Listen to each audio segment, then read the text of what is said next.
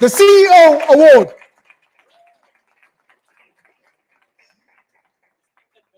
All right, let's make some noise for Diani Gwanyama.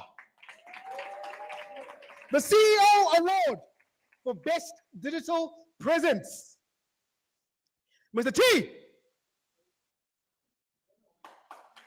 Mr. T. Can someone grab Mr. T? Michelle, you guys are in the building. I know they're here. Oh, there's Mr. T. Make some noise for Mr. T.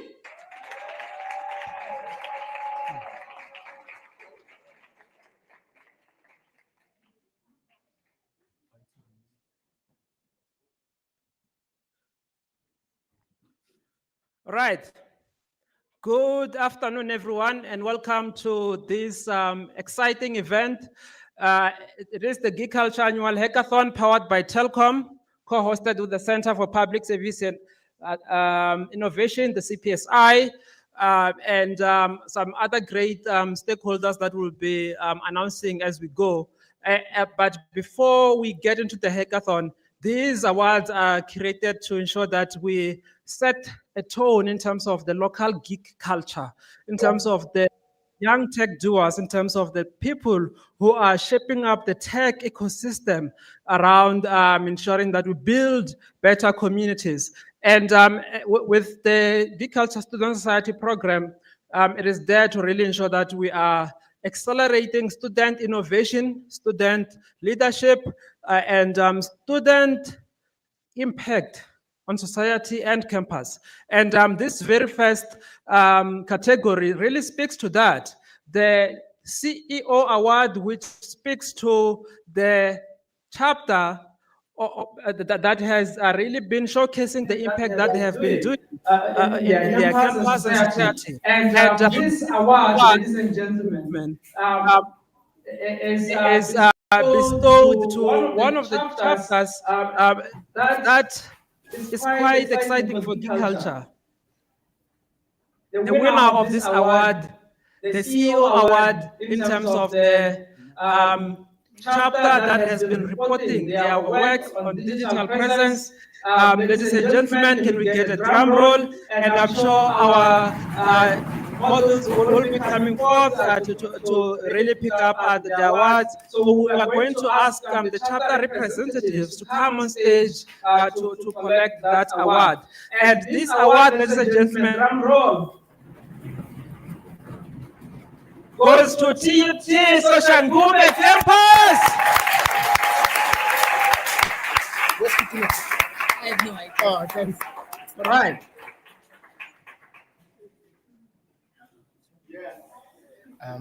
So just Camera 10, please come forward. That's just CIO. CIO, just say it like that. Yeah. C, it's not S. Oh, you. It's CIO. You did. It's me. It's me. Can we make the screen brighter? I'm not sure if here or.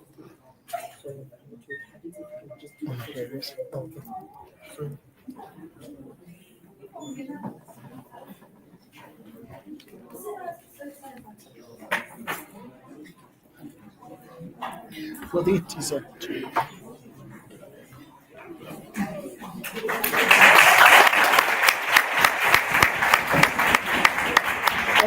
Congratulations, TUT. So the next award is the CIO award. Next award is for USC. USC. I'm going to be calling everybody a couple of times today, so just bear with me, guys. Let's sing together. Give USC.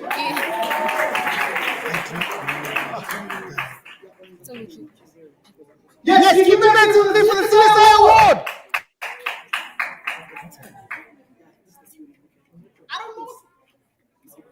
She's coming. All right, cool.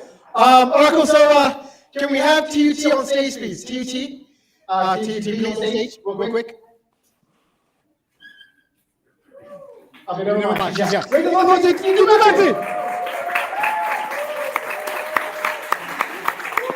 CIO award.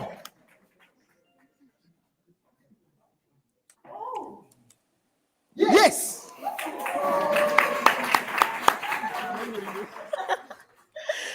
Okay. Hi, everyone. I would like to welcome you here today and thank you for being here with us. Do I have to actually stand here? Can I walk around? Stand there, please. Stand Yes, here. for people also online. Okay, got you. So, I need to see though, right? Uh, Okay. So, today what I'm going to be presenting is the CIO Award Best of Industry Readiness Exposure Chapter. So, what we will be showing right now is the nominees. All right. So, as you can see, the nominees, are you guys clear on that? Can you see? yes. Can we get lights off here, maybe? No? So after this here, it's like Huh? Enlightenment partner Uh-huh. of the year. So with the camera, so she was just there. I think it's an award, so people are really deserving to be seeing Yes. who's nominated. So Sure. that even if they don't necessarily get the award, they still get to see. Enlightenment. All right. So as you guys can see, we've got GKSS Visa, we've got GKSS UWC, we've got GKSS NWU, GKSS SMU, and GKSS VUT. So I'm not going to go too much into the details of what they did individually. You can see that these Geekulcha Student Societies are really putting in work to get more people into the industry, collaborate with other people with outside of IT that they can come and see. And they're actually also driving initiatives that would enable a better society for everyone. Okay, so I'm going to go into announcing the award. Please, can I have a round of applause? I'm going to go back to my friends here because it's going to help. Okay. So who do you guys think is going to win? Why? Oh,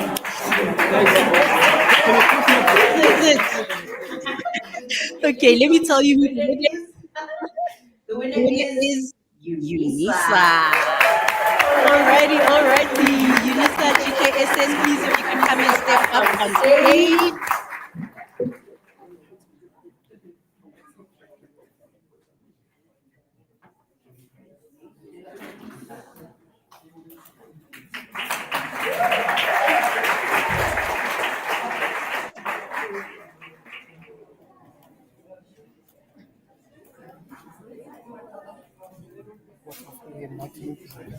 You're using two.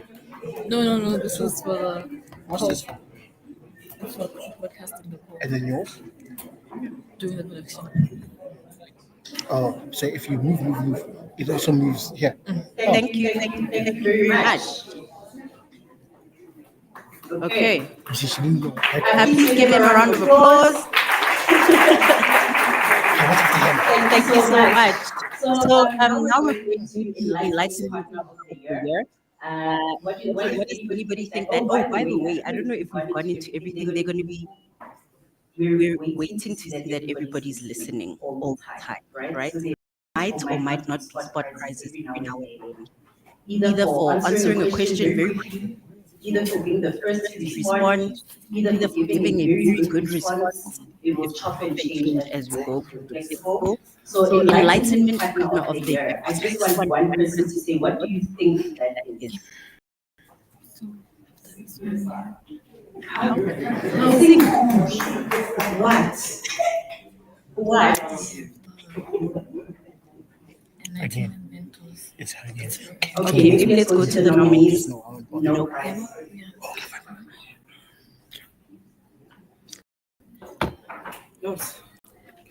All right, so here we have the nominees for the Enlightenment Partner of the Year.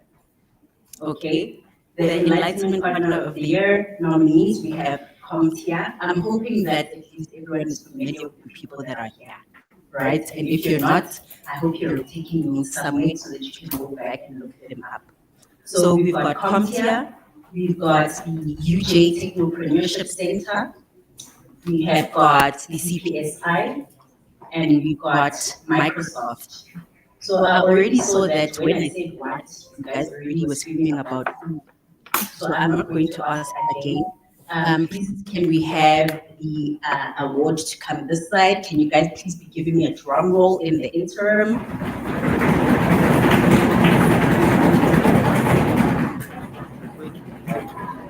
Thank you very much. And the winner is Comptia. All right. So Comptia, are we here? Do we have representation?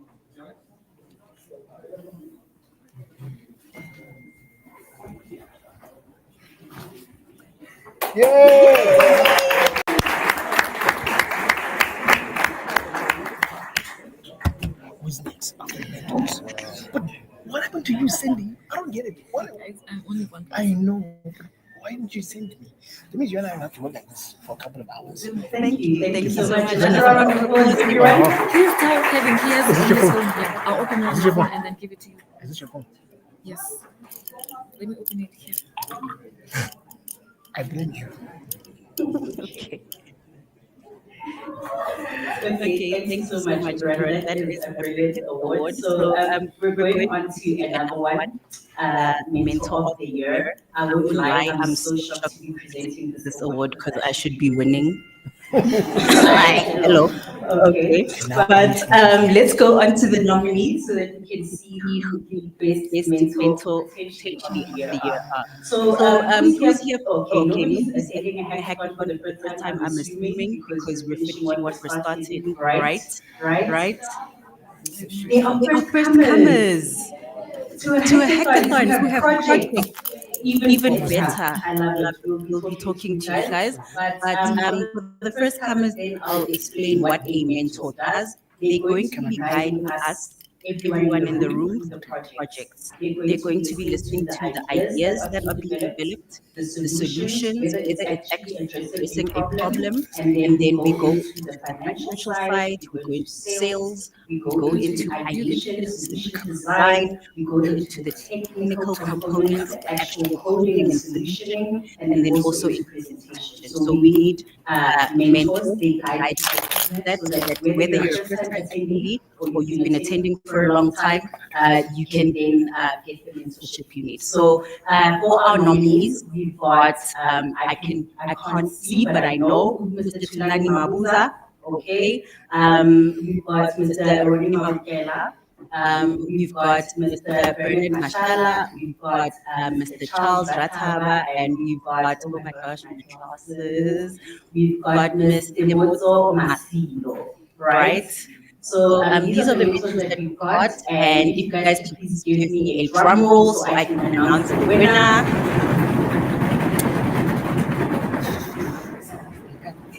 All right. Okay. So it turns out that there are three awards, right? So that means the mentors are mentoring for real. We got a tie. The first one, I hope you're in the room. I saw that you are here. Mr. Bernard Mashala, please come and collect your award. Mr. Ronnie Mabukela, is Ronnie here? And then we've also got Tulani Mabuza, who is also winning the award. So thank you so much. Somebody from UJ, come and represent. Please come through here for the awards this side. Please come as well and hold that one. Can check for your friends. Yes, where's a UJ person? Mashallah, take it for your friend. So when it goes out, you do this, and then you just come. Ne? Oh,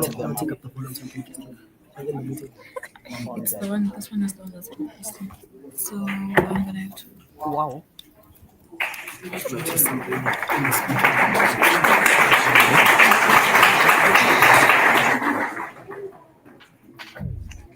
All right. Oh, Are you good?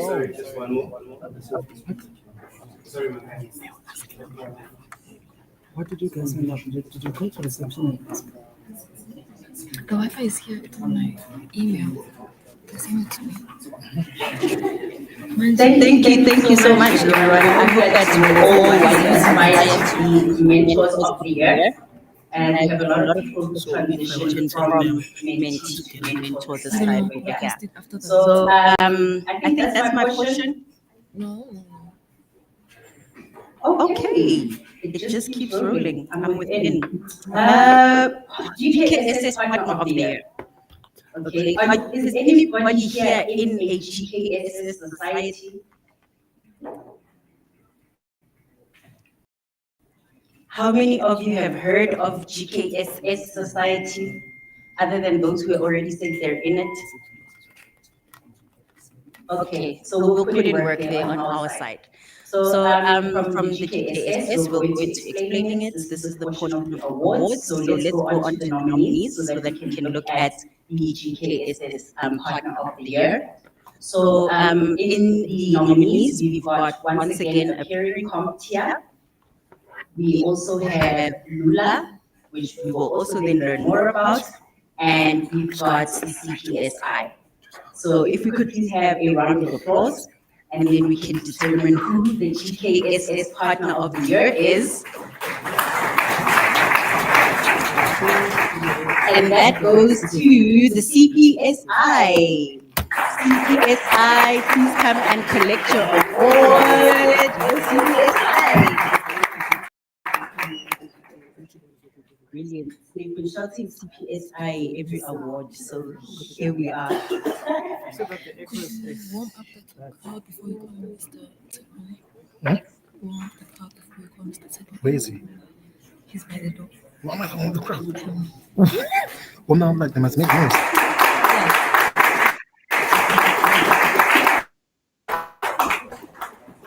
Okay, wait. There is an echo. It's 5. We're getting it in.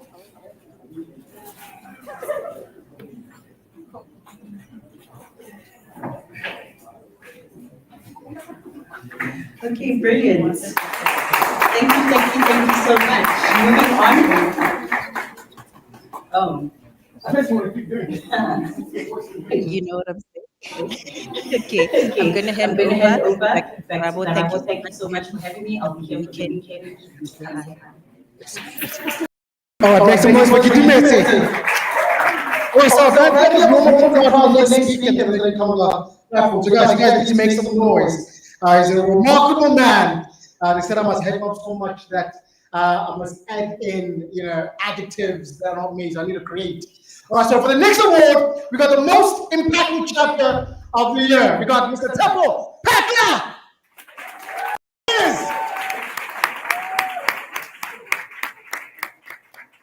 Oh yeah, by the way, guys, he said to me, you guys need to stand when he grabs the mic. So can you guys please all stand up? No. I'm getting him into trouble.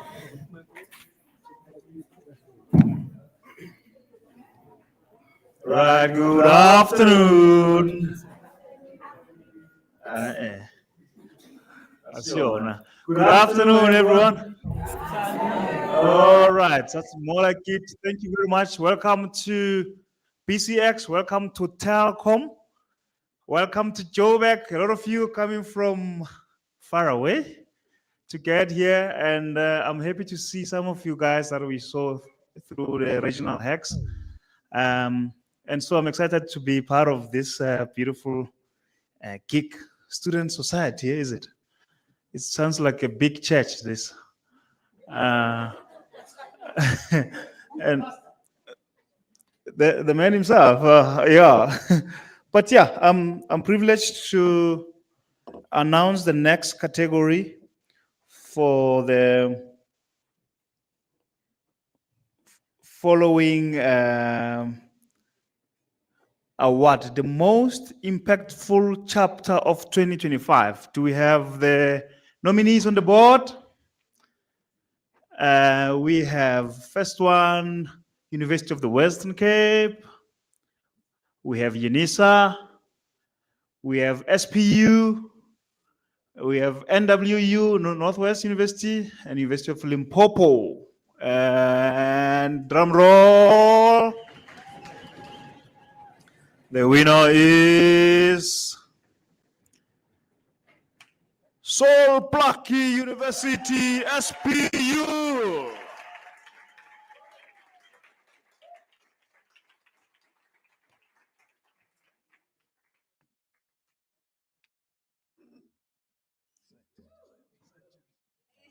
Who's the chairman?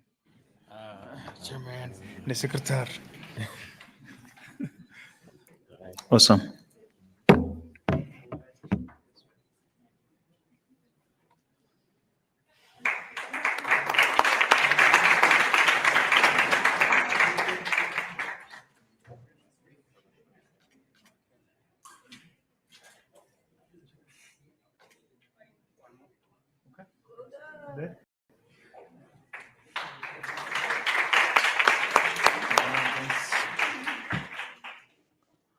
All right.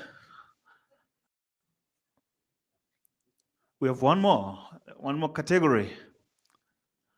And the next category, if you can prepare the award for me, is the best support lecturer for the GKSS. This category is awarded for recognition of outstanding work in the student leadership to build capacity, impact, and prepare future student on campus and society at large. And ladies and gentlemen, the nominees are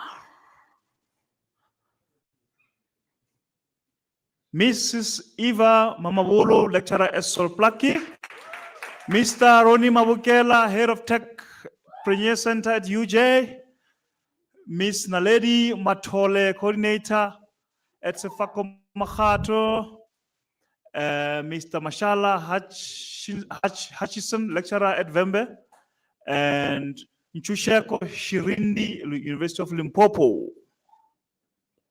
And the drum rolls. The 2025 winner for Best Support Lecturer is Eva Mamabulo, University of Limpopo. No, Sol Plaatje. Sorry about that.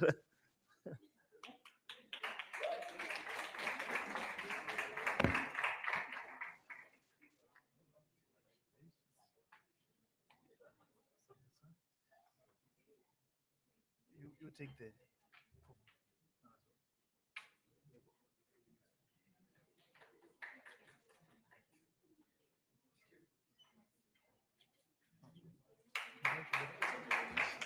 Congratulations, and my job is done, eh?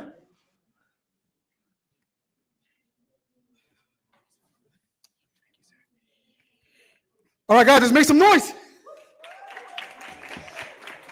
All right, cool. So for the next award, we're going to be looking into the recognition of great strides. So I think it's also important for us to know that, everyone is being catered for, whether your impact is, minute or it can be very massive, you are still somehow making an effort and an impact, which is incredible. So I think this award will be showing light to those that are literally putting on, a great effort to make an impact one way or another. Make some noise for Kevin and SK. The recognition of great strides. You guys want to share? Yeah, we'll start. SK said he wants to speak. Yeah, he did. SK will start. Where is there's only one. Like, no, it's not. Yes, okay. So we have to just. We have to check that side. Greetings, everyone. We're doing the recognition of the great strides. And can I have the nominees?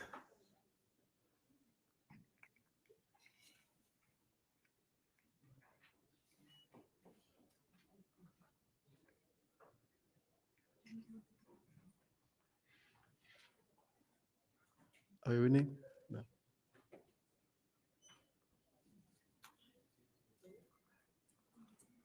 can open the program. You can open the program. It's not here. I can't find it. While we wait. Can't find it. I don't know where it is. I'm looking. Recognition. Not here. Enlightenment. Big friends. Newcomer. The supporter. Future.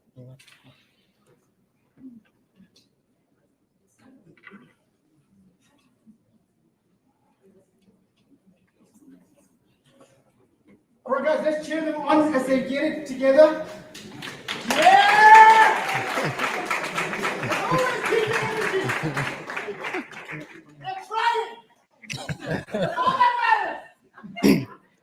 Hello guys. I don't know why I'm a bit shy, but yeah. We just want to, because of these are the awards, we are trying to recognize and make sure that everyone knows that as part of the Geekulcha Student Society, we recognize everything that you do within this society. As Gitu earlier on was, saying or asking rather, how many people know the GKSS?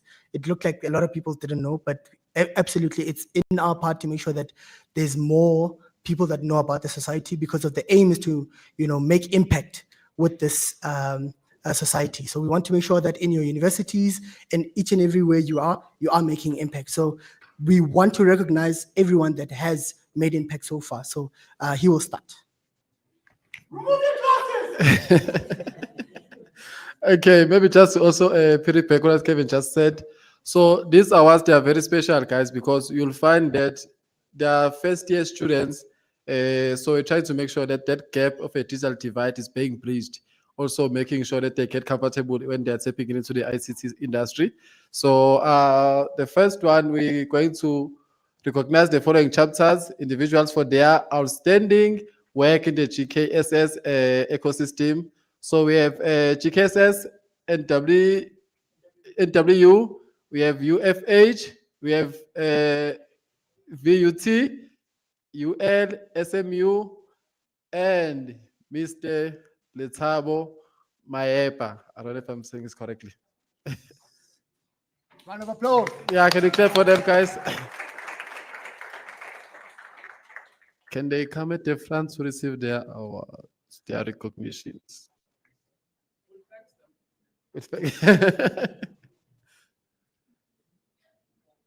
UL. Shirinzi. UL. Is it okay? Yeah. All right. This is the tower. Okay. Right. Thank you so much.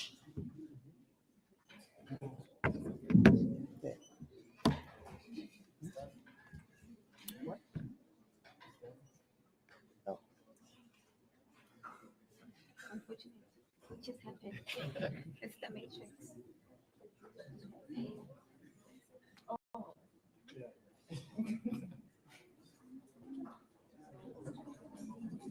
Look at the camera first. Oh.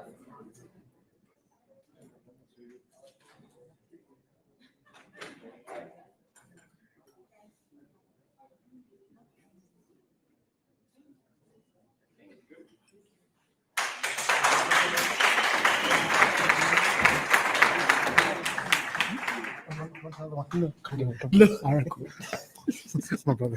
Thank you so much. All right, guys, let's make some noise for Kevin and SK. All right, cool. So the next award, we're going to be celebrating the award in Future and STEM chapter. STEM speaks of science, technology, economics, and math. Come on, make some noise for me, guys. Come on. Guys, I try. All right, guys, make some noise for Manolo and Lisa. You Manolo, right? Yes. Manolo.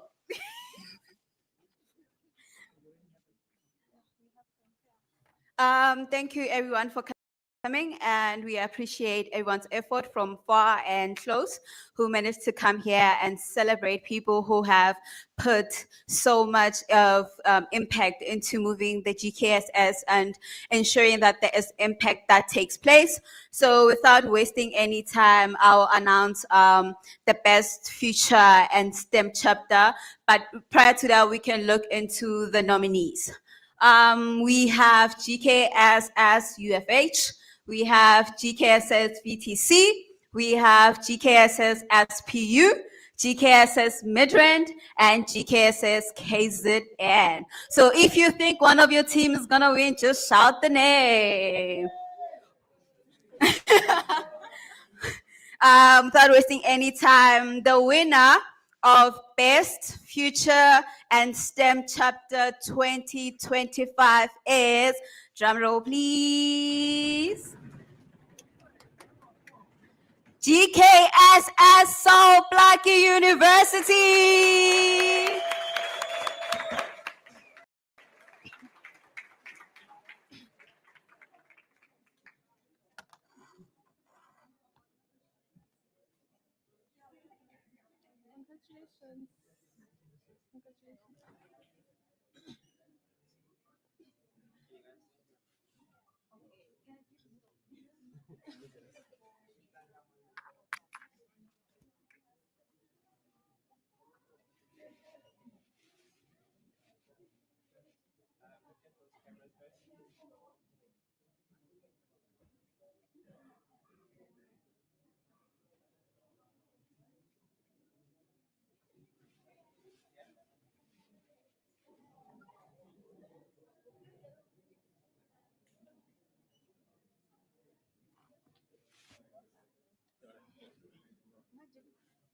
It's fine.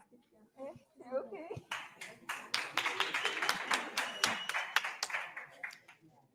Is there anything projected? Okay.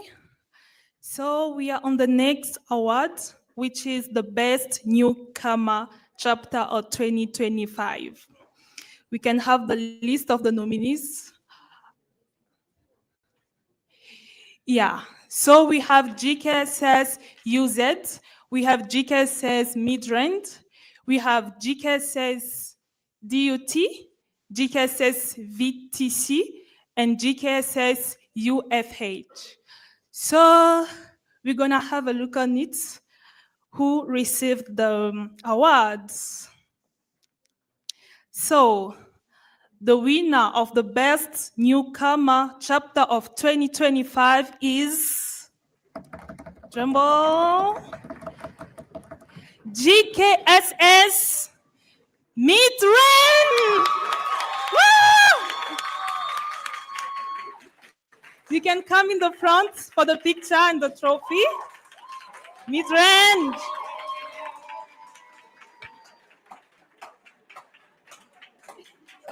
Congratulations. Yeah, in the middle.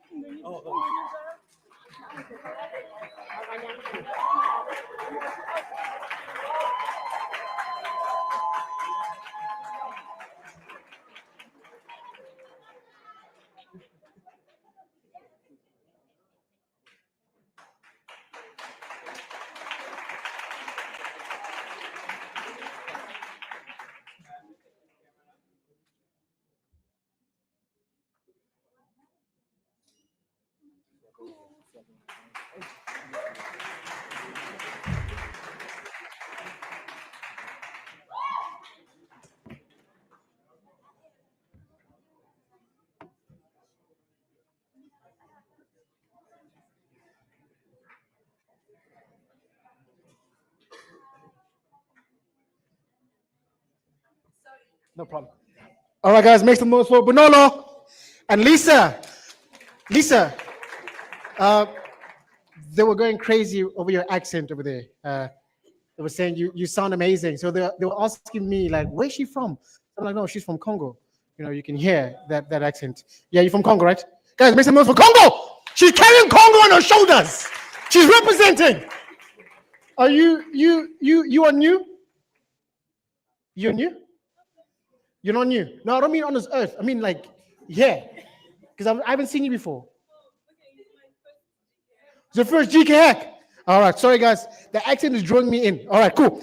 All right, guys, next award is for the future-centric chapter of 2025.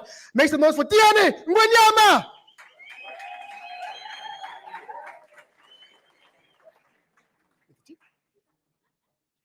All right. So now we honor a chapter that is putting all strides to ensure that students are exposed to the next, are exposed to what's happening next in the industry. And this award category really speaks towards what GKSS is about, building up the next frontier in terms of the captains of industries and ensuring that we're able to build a better future that we can all adhere to. So with this category, we do have nominees. The chapters that are considered for the best future-centric chapter, we do have GKSS UNISA, GKSS University of the Western Cape, GKSS Northwest University, GKSS Salt Lake University, GKSS Tshwane University of Technology.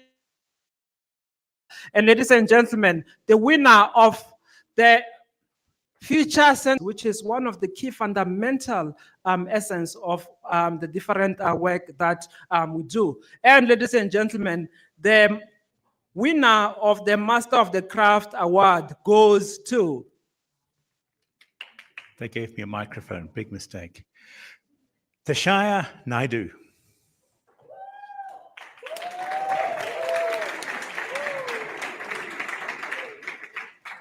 All right. Thank you, Steve. All right, so Tashaya is not here, but also to mention as well that this year was the first time when the top 15 young geeks became continental. So some of the winners might not be in South Africa, but those prizes will get to them. And for the next category, so that we speed it up a bit because we're out of time a little bit, but we do congratulate Tashaya Naidu from the University of KwaZulu-Natal. She's been doing a lot of work with research and ensuring that her work really stands out as such. And then this one is for the future leadership. This is looking at a young geek who is recognized to be the leader of tomorrow in terms of the work that they do. And Steve, to call you again for this announcement of the Future Leadership Awards in terms of the top 15 young geeks as special awards. And the award goes to? The award goes to Michael Uwakwe. All right, congratulations to Michael. He is based in Nigeria.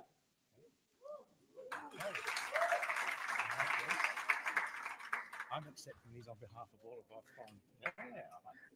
All right.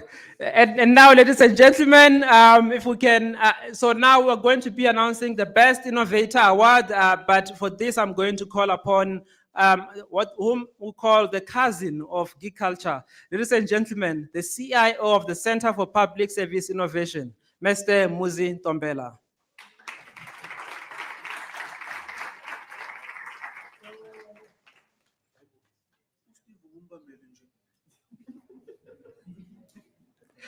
All right, ladies and gentlemen, CIO. All right, so for the Best Innovator Award, this looked at some of the projects that were done by these young geeks, either as part of their schoolwork or projects that have got impact in society. And we're thrilled to have seen a number of great projects to see what is happening in different parts of Africa. And we can say without any contradiction of doubt that Africa is on the rise. Africa is building. The African geeks are busy on the ground. And let this hackathon as well become that momentum to really keep it going. And the winner, ladies and gentlemen, of the Best Innovator Award. And the winner is Jackie Muller.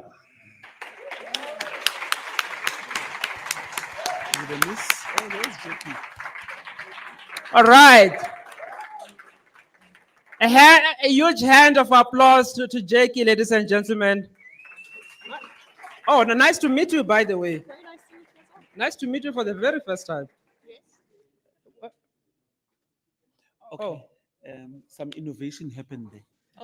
So, All right, so just a little bit on Jackie when we're reviewing her work. Yeah. Go Google her. Go and Google her. Or chat GPT her. Yeah. Where do you find the time? Between 2 and 3 in the morning. Did you hear that? Between 2 and 3 in the morning at this hackathon, we're expecting to see some amazing things. Otherwise, Yeah, otherwise, make the best of the opportunities you can get. And I was actually only just joking. You don't have to give up every 2 to 3 in the morning. You can do it with normal sleep. You'd be surprised how much time you can make. Thank you so much. Here you go, good sir. Thank you very much.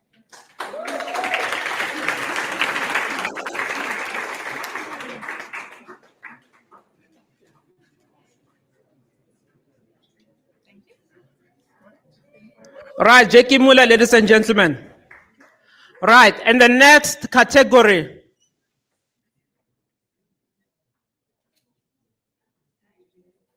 Best knowledge transfer gig. So this category is bestowed to an individual who has taken, a lot of their time to ensure that they are able to transfer their skills onto the upcoming generation. And we do have a number of nominees for that, and we're glad. And let this be a basis for everyone that whatever we know, whatever we acquire, let it illuminate. The word is illuminate. And ladies and gentlemen, whoa.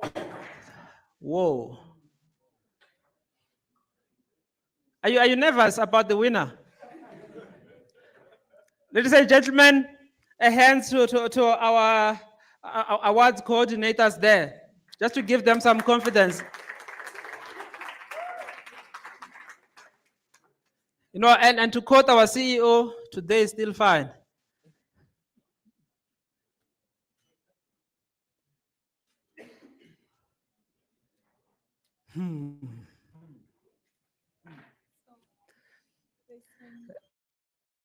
Ladies and gentlemen, and the winner for the best knowledge transfer gig goes to.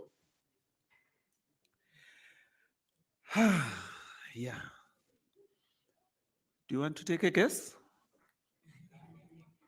All right. So the award goes to Zamandela Ortega Ramau.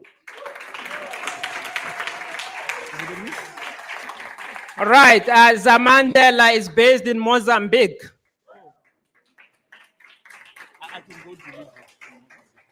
Right, he will be getting his award, and we thank him for the work and that he does from the Ministry of Education in Mozambique, building the next generation of techies. Thank you, Mr. Ntambela. You did well, you did great, eh? Guys, come on.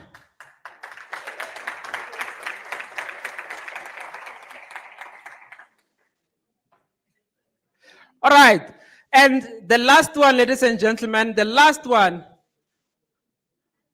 category of the awards segment, so that we can start to get to the hackathon. Oh, CIO.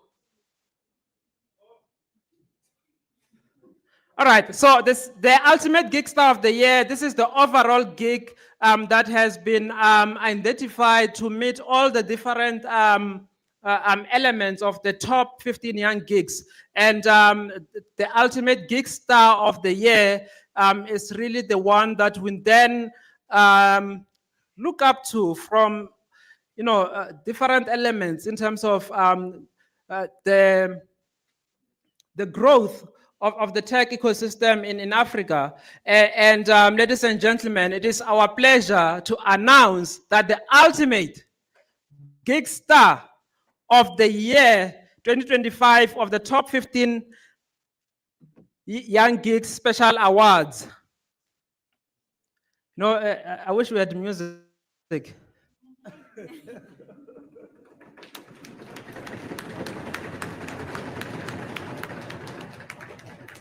All right, so actually, the music would not have helped with what I wanted because all nominees were female. All 6 nominees were female. And ladies and gentlemen, it gives us greatest honor to announce this year's Ultimate Geekstar of the Year to round off the awards segment. And ladies and gentlemen, the winner is Ms. Rejoice Chitengu.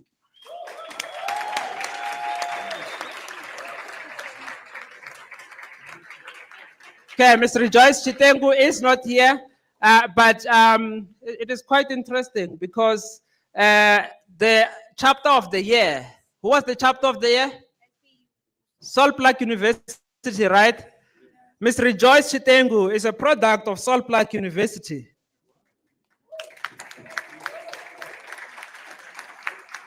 So there must be something happening. All right, so to accept the award on behalf of Ms. Rejoice Chitengu is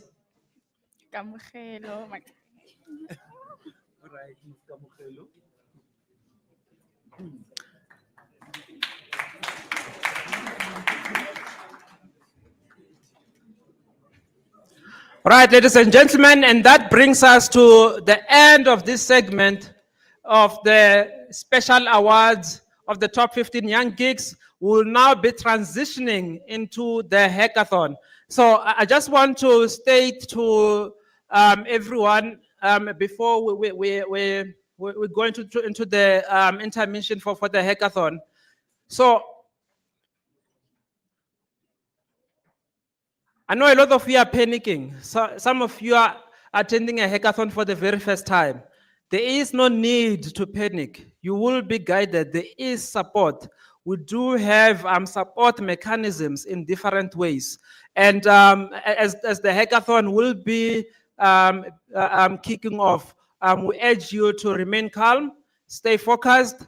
Let's put some positive energy towards the solutions. Let's leave out any negativities. This weekend is about the techies.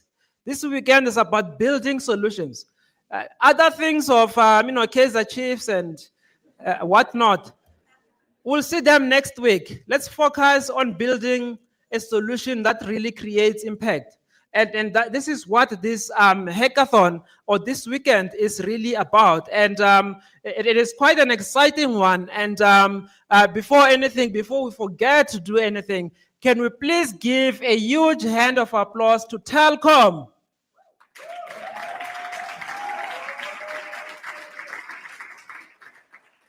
And also, can we give a hand of applause to our government?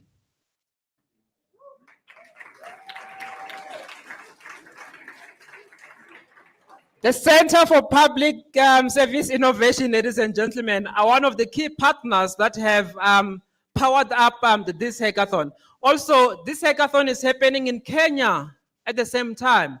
So a huge shout out to Lolwe AI and Robotics Studio and Wise Up in Kenya.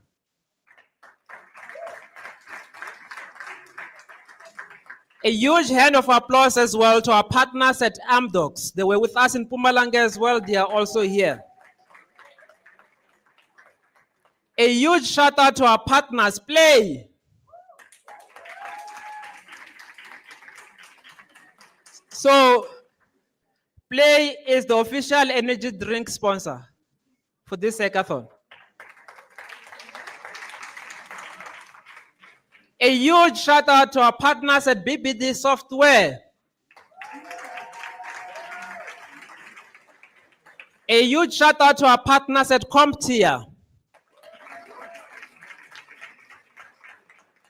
A huge shout out to our partners at IT Web.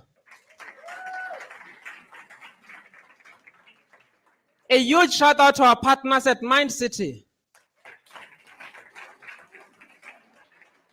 And also, can I also hear an even bigger applause to our partners at base?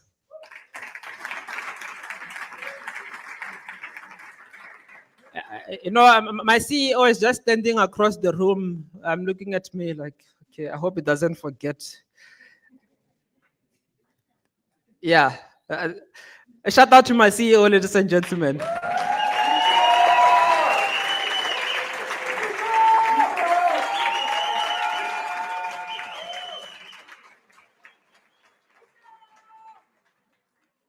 All right, and with that, I would like to call onto the stage our program director.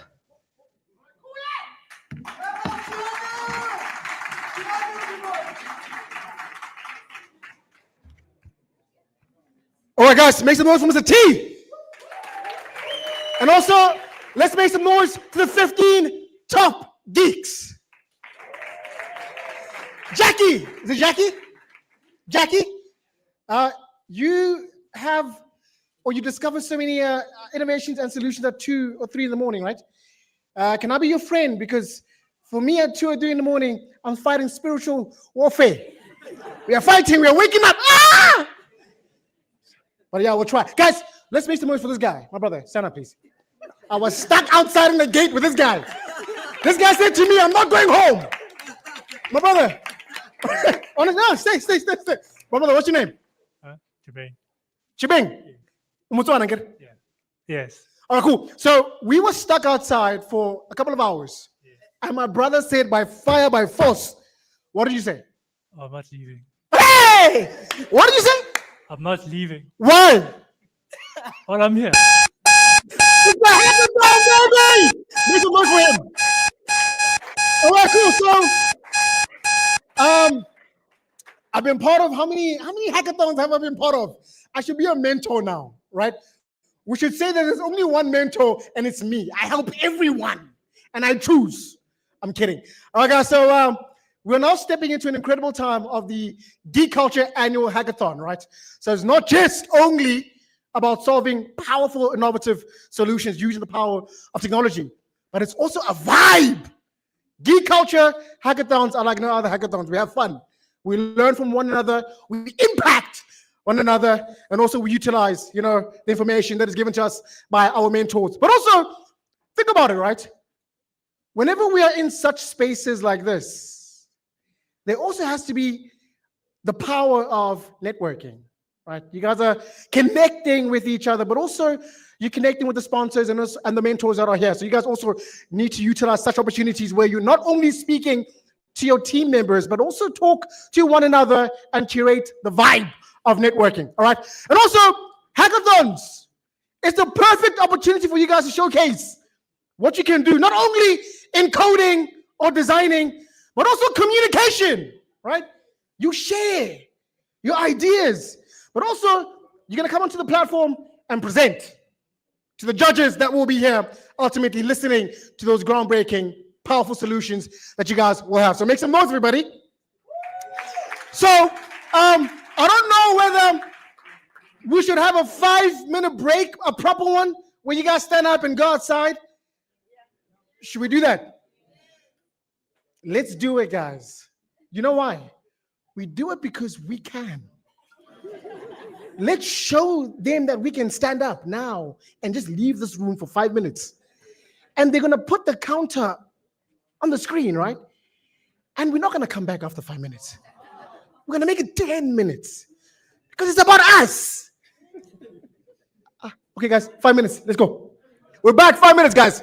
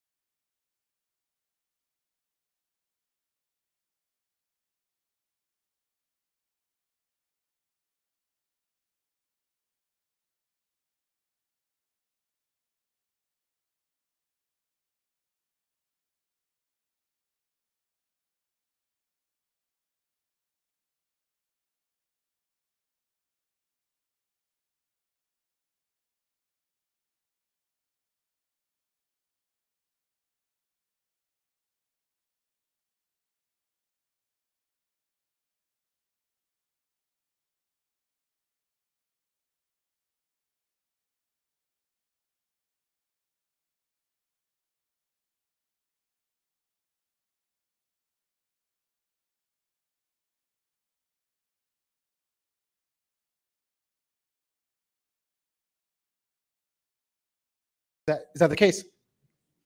Even a simple comma missing. Even a simple comma can just destroy everything. Yes. So you guys must be very attentive to what you're doing, right? Basically, 100% all of the time.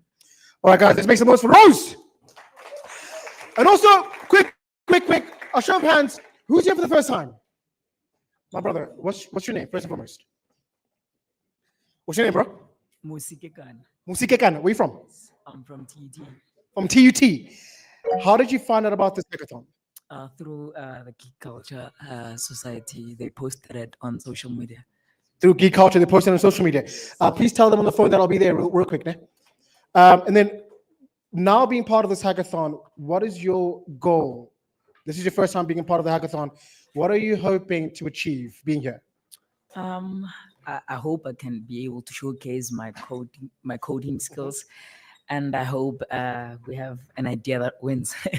I like that. You're here to win. Let's make some noise for him, guys. All right, cool. So this is what it's all about. Having veterans, having new people show up at the hackathon.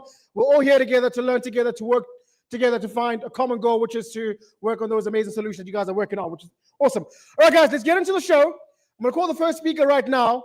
He's going to be speaking on the Telkom Future Makers Inside Address. Make some notes for Mr. Tepo Petla, the Executive Business Developer at Telkom. Make some noise for Tepo.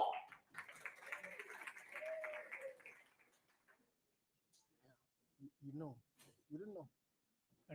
Oh.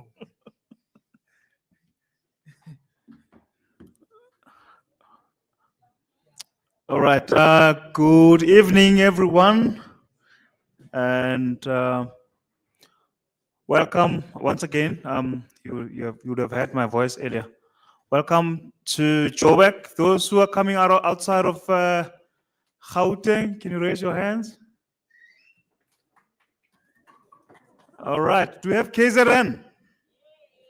Yay. Do we have Eastern Cape? Yeah, Western Cape. I know Western Cape is here. Do we have Mpumalanga here? Awesome. Do we have Limpopo? Limpopo, Lidiabiana. Lorna. All right. Do we have Free State? Hey, do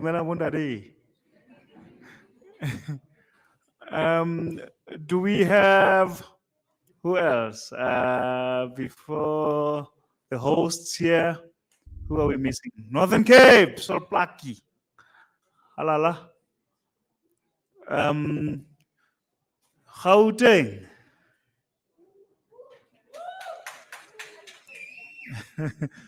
Who did I leave out? Bokone Bupirima, Northwest. All right. Okay. Welcome, everyone, and everyone joining us online. Welcome to Telkom.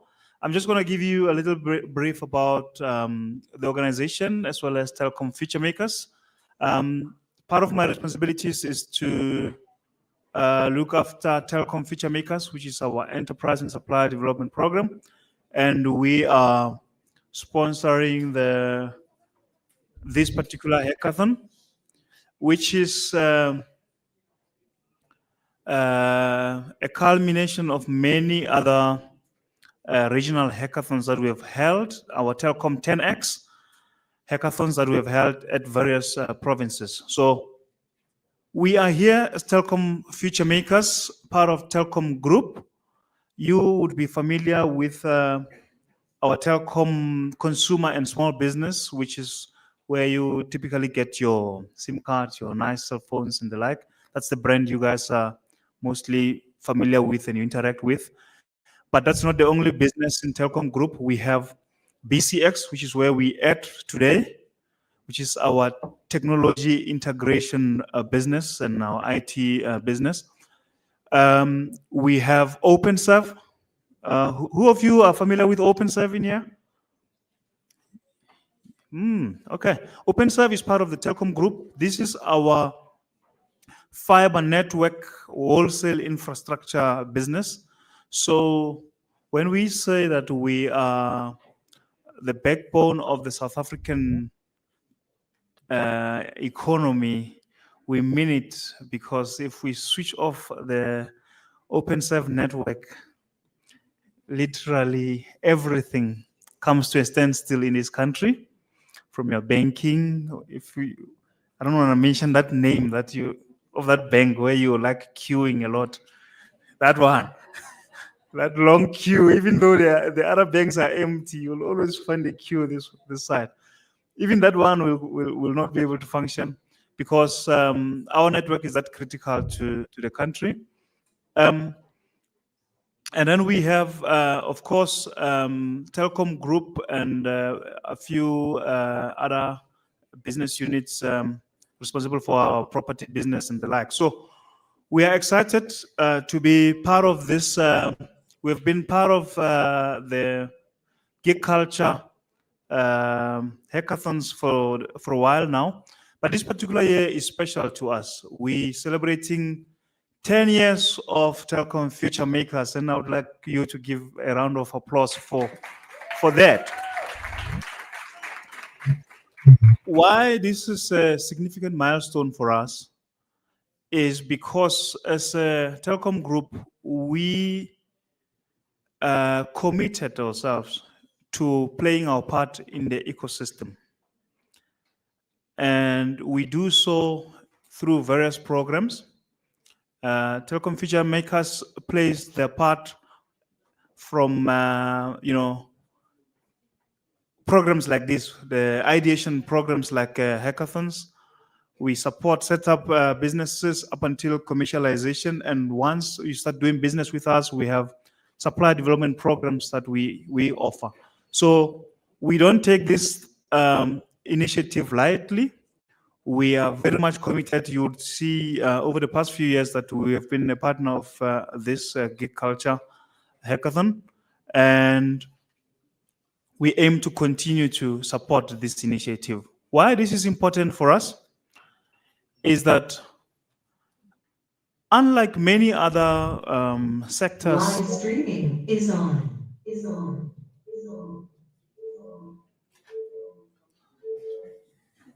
Can you sort out the echo? Okay, good to go. Why this is important for us is, unlike other sectors, the technology sector has a platform for young people and young innovative minds to come and actually showcase what they can do by solving real problems using technology. And me, coming from an engineering background for my sins, I'm very passionate about problem solving.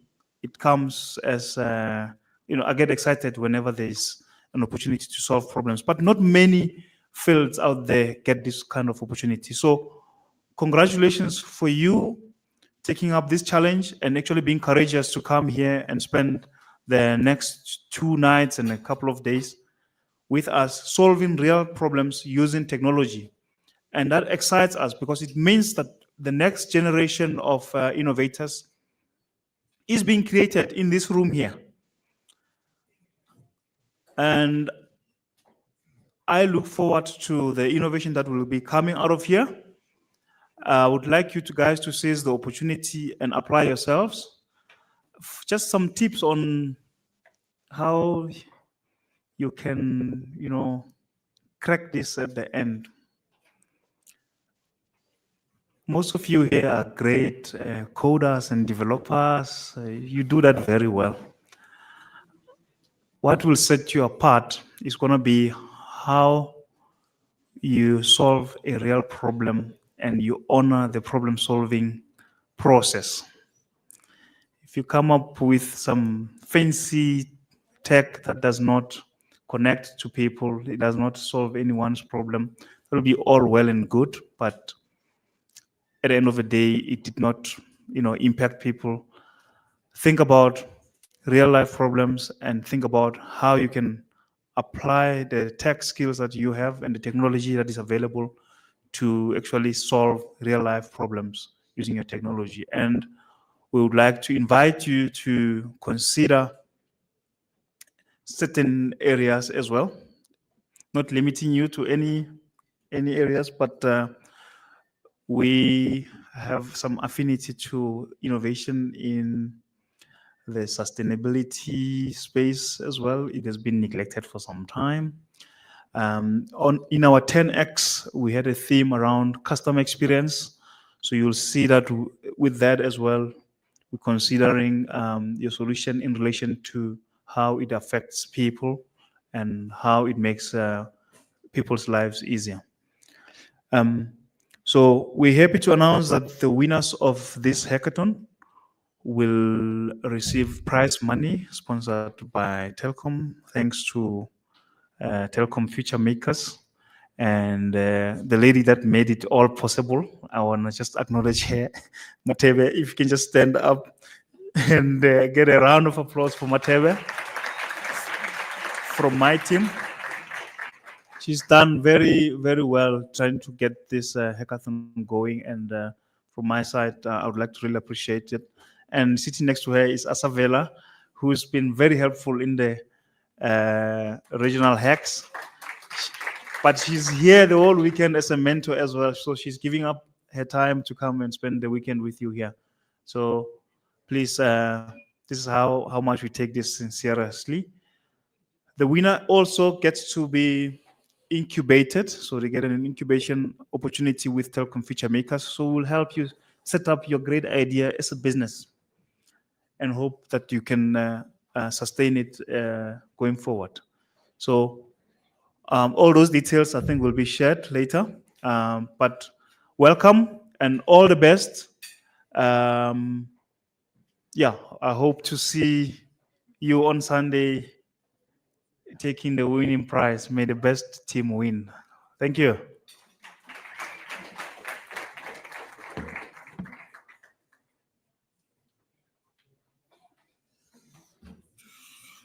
All right, awesome. So up next for the public service innovation keynote, make some noise for Muzi Mtombeni, the CIO.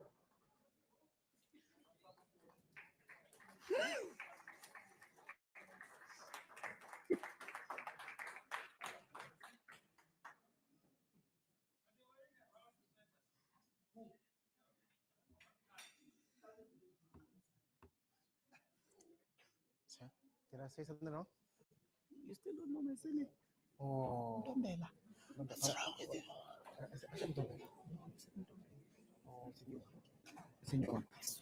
Oh, since now I can take the name. Sorry. It's a woman. No, I must find the name. Good afternoon. Are you guys well? Oh, guys. You sound tired and we haven't even started. Okay, good afternoon, guys. Are you guys well?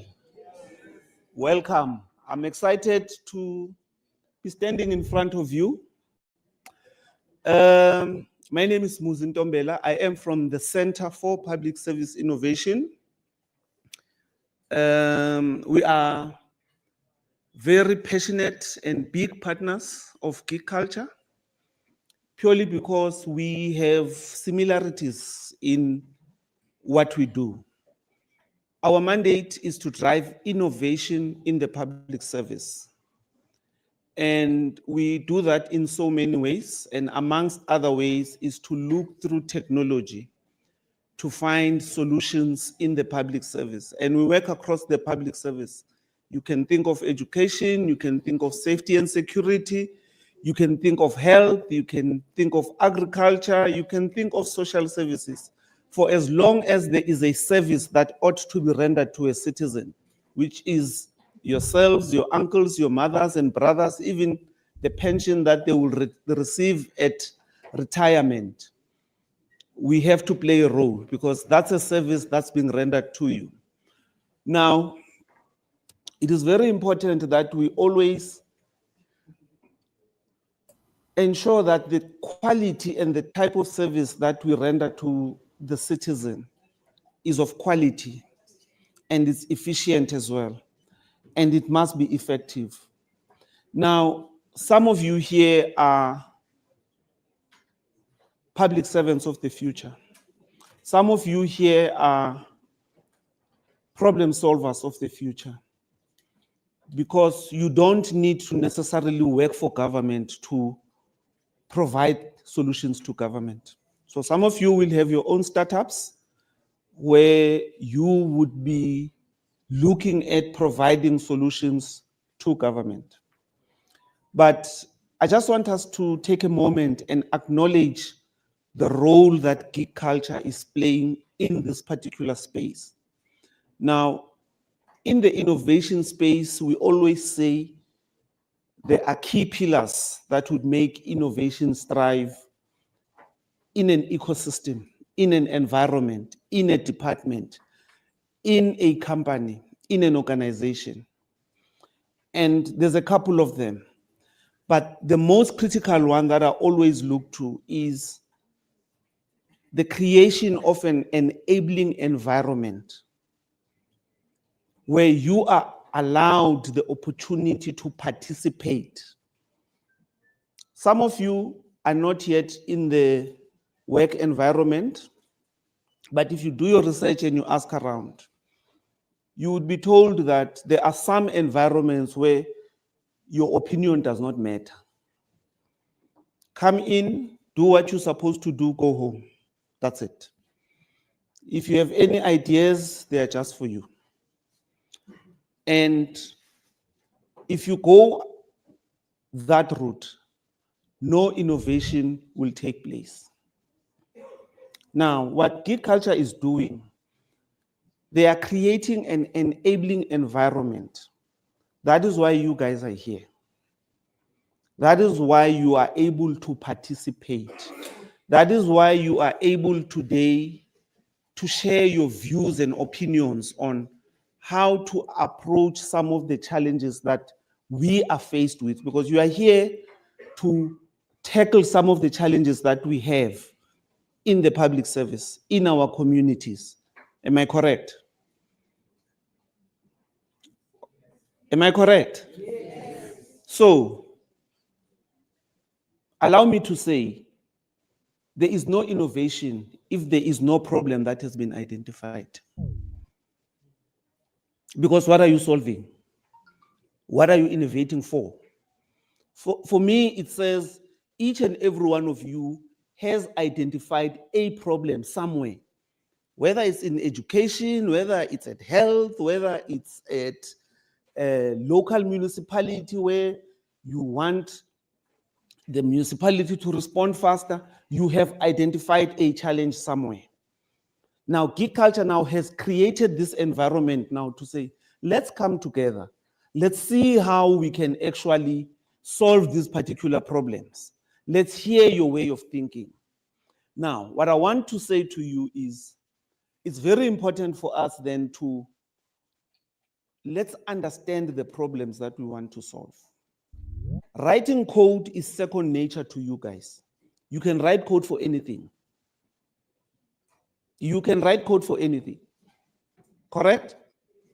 But now let's inform the code. Let us build informed solutions.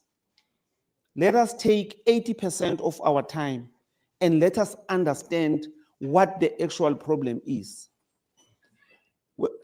When you guys come and present, I don't expect to hear I am solving long queues in hospitals or long queues in clinics. That's not the problem. Behind the long queue, there is the real problem. So you cannot solve the long queue without solving the root cause of the long queue. You get what I'm saying? There is a long queue because maybe the people are short-staffed. There is a long queue because there is a root cause. Sesibadala manje sikhulile. The grade 7s and the grade 6s, they will tell us about long queues.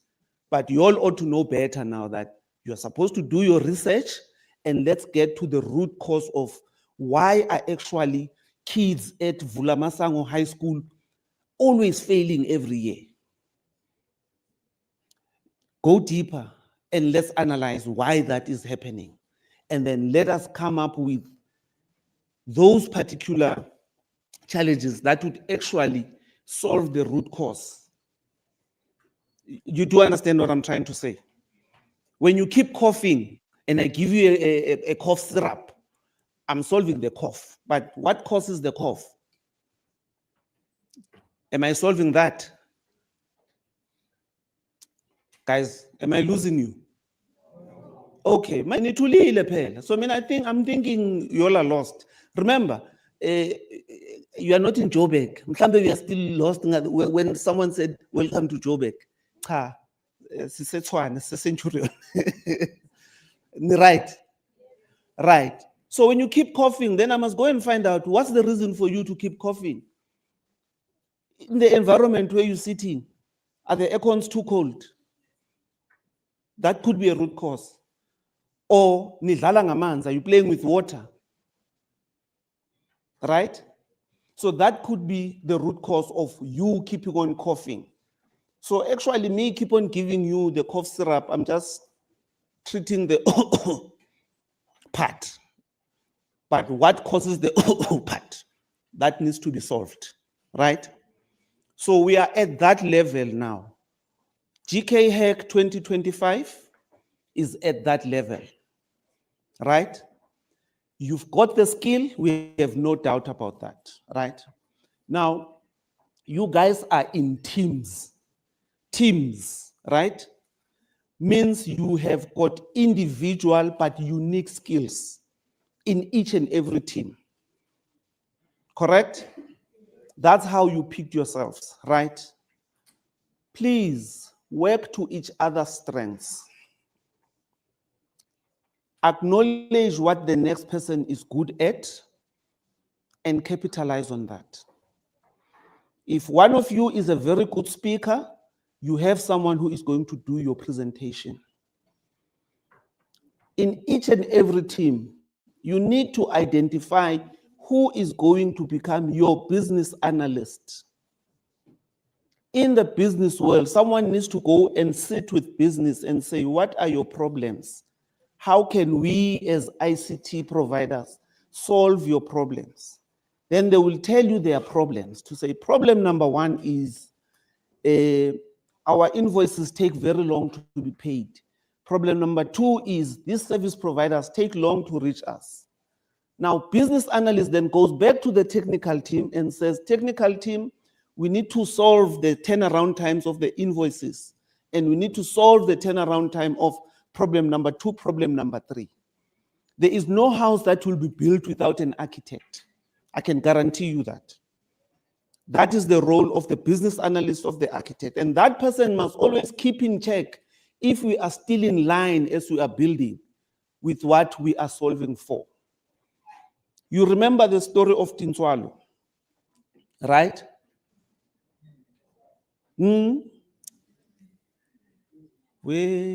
Guys. All right. So what I'm trying to say is when you identify a character and you say, this is the problem, this is the person for who you are solving the problem. At the end of the day, you must still be solving the problem that was a challenge to Tinswalo, not to Temba. Because we've seen solutions where someone, when they open their problem statement line, they say, we have long queues in hospitals. But at the end of the presentation, we had nothing about what you were solving for long queues. We had something about fridges that were not cold. We've had that. So the business analyst will always make sure that, guys, but when we departed, we said we were solving a water crisis. How are we finding ourselves now talking about electricity when we were talking about the water crisis that we were solving? That's what I'm trying to say. So the role of that particular business analyst would be to always keep in check to say, are we still solving the problem, right? The other thing that we need to make sure again is that particular person, we have a judging criteria. Judges want to hear something from you. They know. They've asked for something from you, right? You know what the criteria is, right? It's 1 up to 5 or it's 1 up to 7. I'm not sure. But again, business analyst makes sure that, guys, where are we talking about this that the judges want to hear? Where are we talking about innovation? Malum Tulani is here, Tulani Mabuz. He will always be asking you about security to say, your security statement is whack. You can't be telling me this right now. You understand? So please make sure that you cover all those bases, because when you walk out of here and you go to the real business world, you're going to be sitting with a client that will be giving you requirements. Be able to meet those business requirements. You will be able then to go back to the technical team and ask them what to build and how to build it. Right? Are we still good? All right. I know that you are going to develop wonderful solutions, and we would like to wish you all the best. And we would like to, see you on Sunday here on the stage. Hopefully I would want to see you looking fresher than this, because right now, hey, like man. Yo. But anyway, guys, all the best, eh?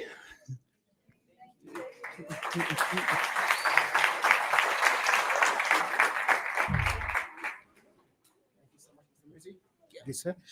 Another round of applause for Mr. Muzi. Mr. Muzi. All right, so up next we have an international keynote address. We got Mr. James Stanger, the CTE at Comptia. Mr. James, are you there, sir? Hello, I'm here. How you doing? Can you hear me? Hello. Let's give Mr. James a warm welcome. Let's let him know. No. Oh. I'm not saying now, but I'm saying let's let him know how popping it is. Mr. James, are you there, sir? I'm here. Can you guys hear me? How you doing? We can hear you, sir. It's good to see you guys. I've been following the comments, and it's fantastic to see everybody gathering together. I'm sorry I can't be with you. I wish I could, but I had some family issues that I have to take care of here.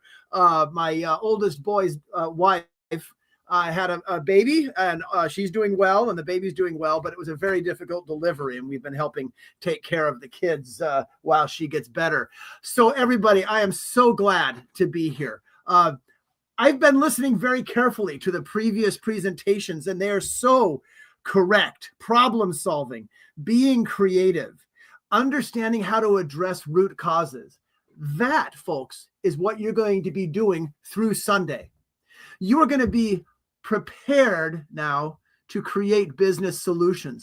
Again, I'm James Stanger, and I've seen a few of the Geekulcha hackathons, and I've also seen a few things around the world. And I have to say this, the hackathon that you are participating in is by far the most creative thing that I've seen. Over the years, I've worked with students on every continent, in every region, whether it be in Asia, whether it be in Africa, Europe, the United States. You're looking at pictures of youth around the world. And I have to say, in South Africa, you have the biggest and best opportunity because of Geekulcha. And I want to talk to you about the global need for creativity and what it means to be a technologist. So I've got just a few minutes to talk with you about this, because what this event is doing for you, it's teaching you how you can be a compelling technologist.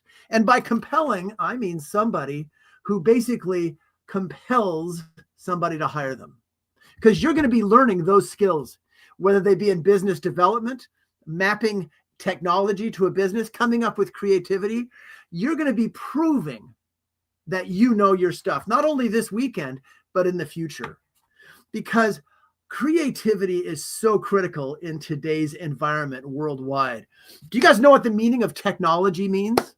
You know what the meaning is? The word comes from tex, an old word, an ancient word, an Indo-European. It means to weave. In other words, like textile. You know what a textile is? Like clothing, a textile. That's where we get this from. So you weave things together as a technologist. Sure, that weaving together could be creating code, or sourcing an LLM from the cloud, or downloading an LLM and using it locally. You are using technology to weave together a solution. It's also a bit of an art. You have to understand that as you put together your solution, you're going to have to tell a story. And there's kind of an art to that. You can put together and weave a story.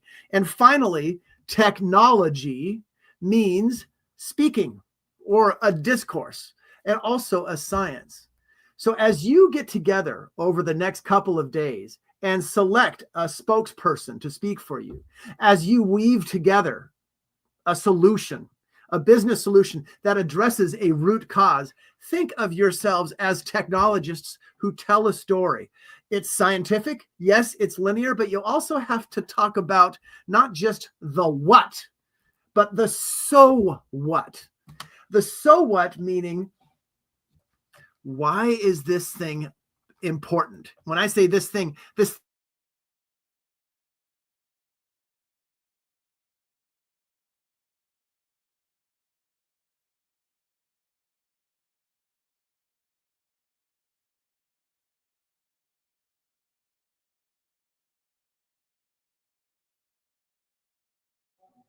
Mr. James, I'm not sure.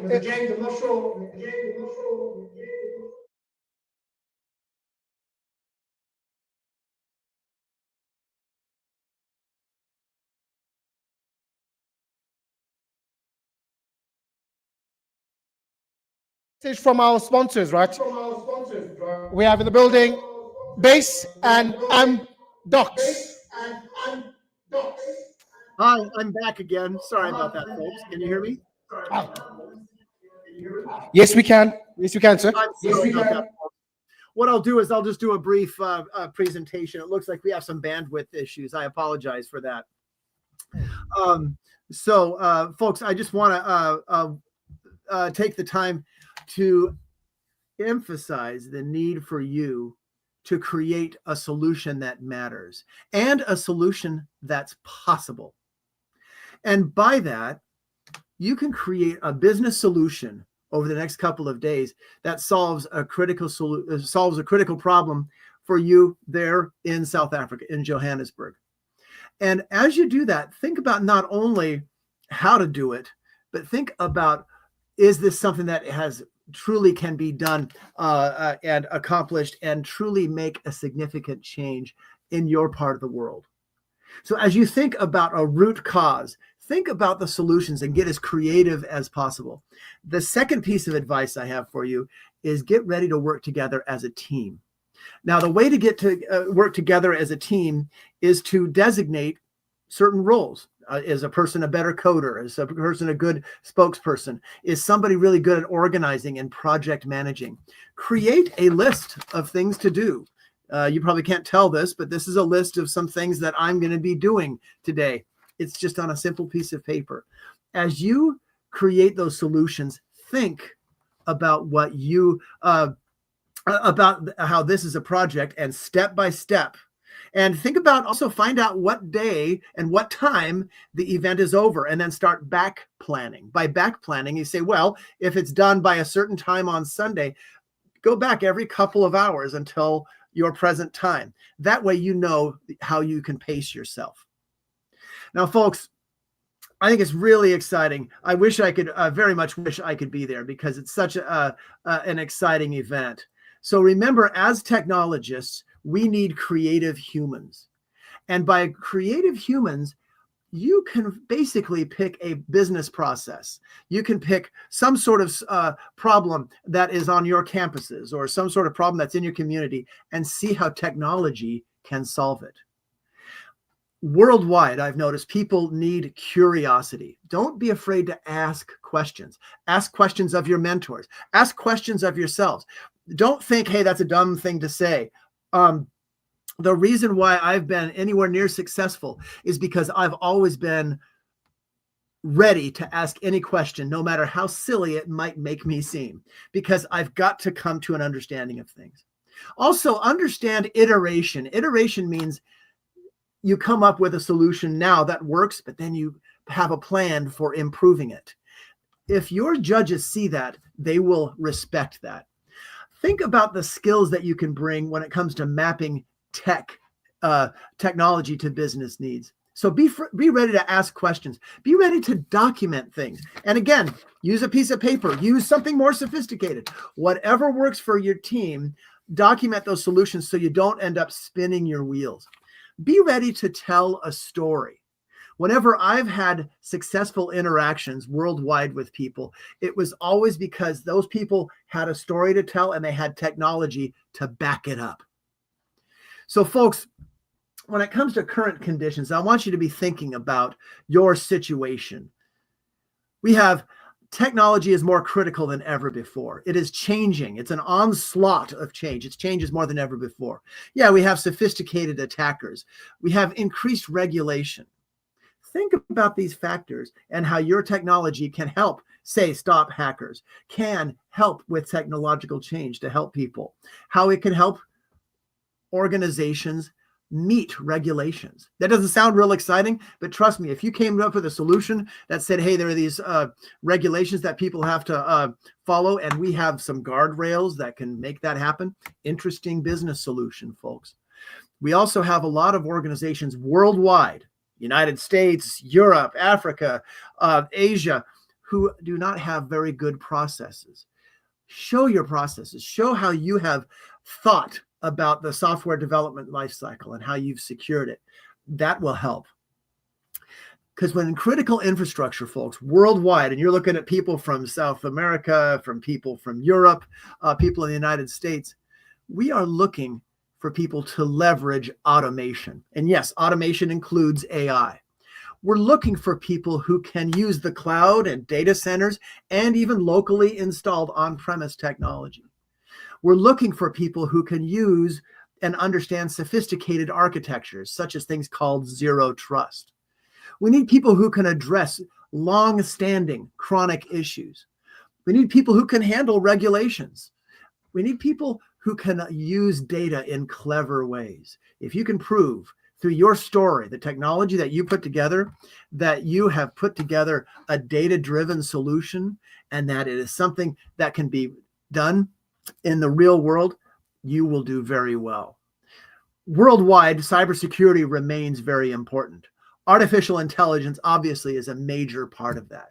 Within cybersecurity, we're seeing artificial intelligence being used to improve operations, to help identify more sophisticated threats. If maybe there's something that you could put together there. But when it comes down to really solving things as you work together, and take a look at these pictures. These are of students working together in hackathons. They're basically addressed toxic issues, toxic combinations. How do they do that? Well, they've created X factor unique skills combinations. They put together as a team really cool skills combinations to solve problems having to do with what I call the tech trifecta. The tech trifecta is the cloud, data centers, and on-premise. There are problems in each of these things that you can address. But you know what? Just like Yoda would say, no, there's another sector. It is operational technology. Think about the tools and the systems that are used to power the electrical grid or to run water systems, to run elevators, for heaven's sake. Think of the ways that you can create solutions in any of these areas. I love this picture. I took this picture during a previous hackathon this past June. I just love it because it was a student who was interacting with AI and getting creative. So it's not only just interacting with fellow human beings, but also with AI that can be useful. Because folks, we are ready over the next couple of days. You are going to be ready to leverage automation, to leverage acceleration, how things can be done faster through AI. You're going to be leveraging miniaturization and virtualization. All of these different words have to do with movements that have been happening over the last 300 years. Okay. All of these things. Disintermediation means there used to be some sort of middle player, something that was kind of in the way, a barrier. We get rid of that and we solve it, make things work faster. You're looking at my dad standing in front of cutting edge voice technology from about 1900 to about 1950. The reason I show you this is because he also showed me some automation. He showed me how to use a wood splitter to make it so I could cut through 2 or 3 trees worth of wood in an afternoon.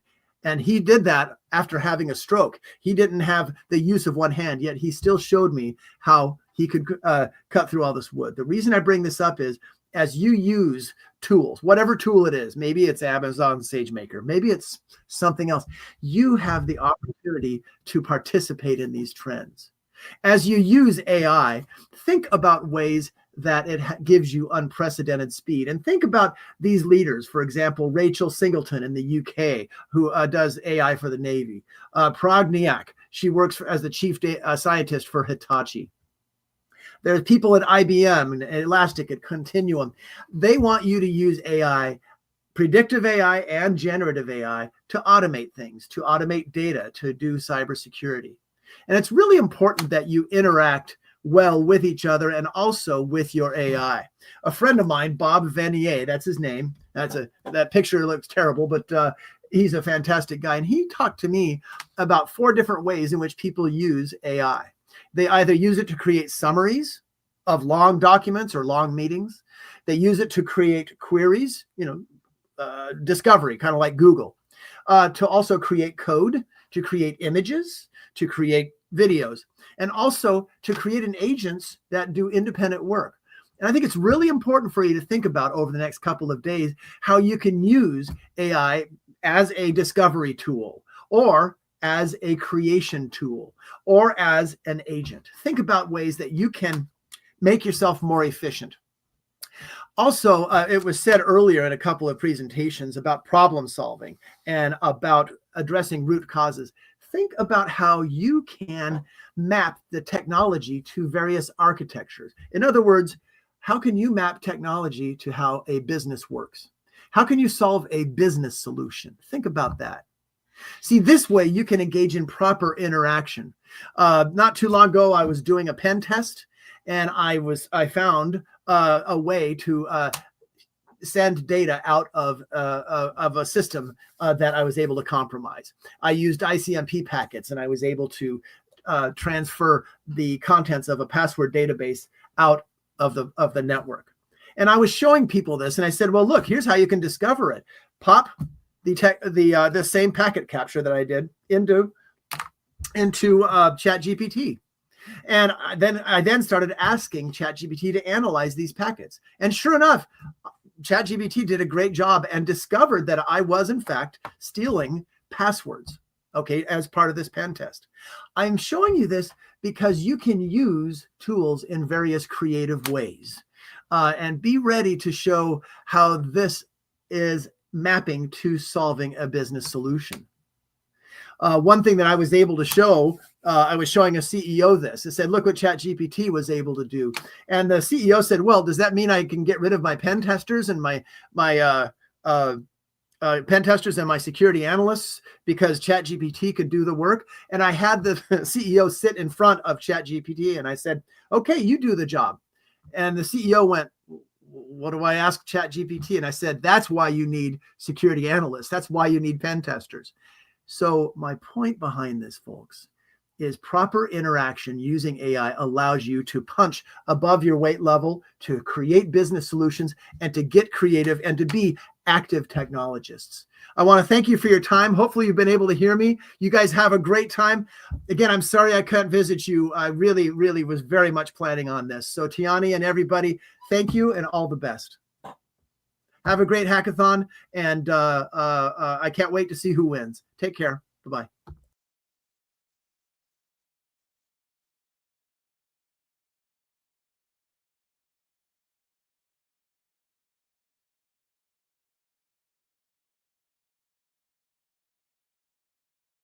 James Stagger. James Stagger. Thank you, everyone. Take so care. Weird hearing my voice. All right, cool. So up next, we're gonna have a few messages from our sponsors, right? So up next, make some noise for an extraordinary individual, Denzel Silokela, the representative at Base. Make some noise for Denzel.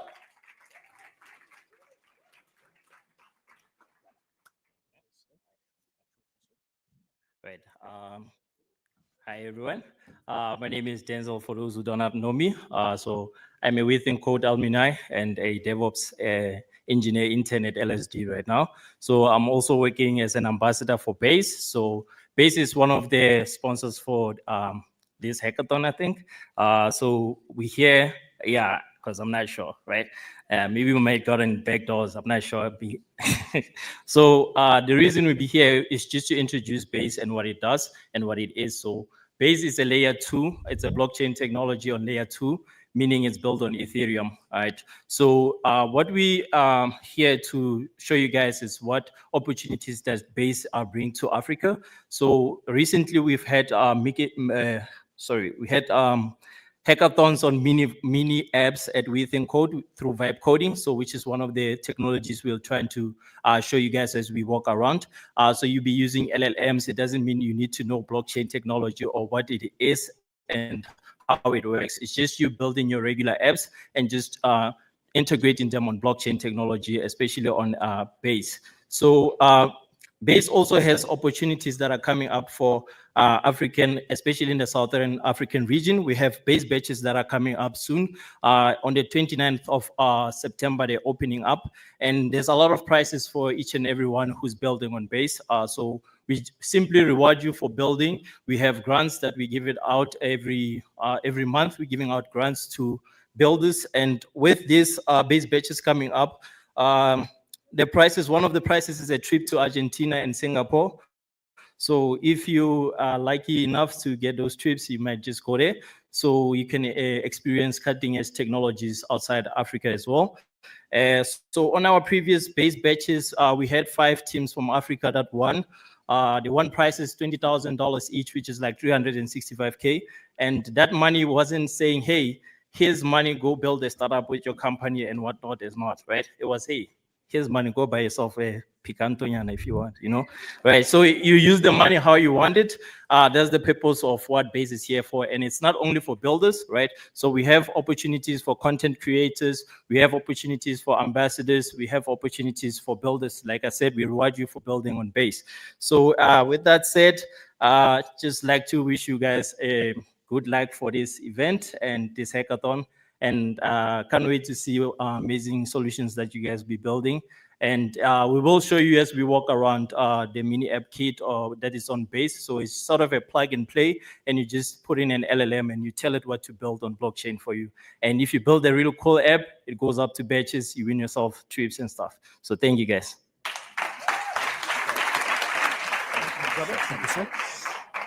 Another warm round of applause to Denzel. Come on, we're gonna do better. All right, awesome. So another important message right now from a key partner. We've got an extraordinary individual with BASE, or with MDOC, excuse me, with MDOC. We've got Ntate Pike Munaheng, the CEO of MDOC. Make some noise, guys. Ntate Pike.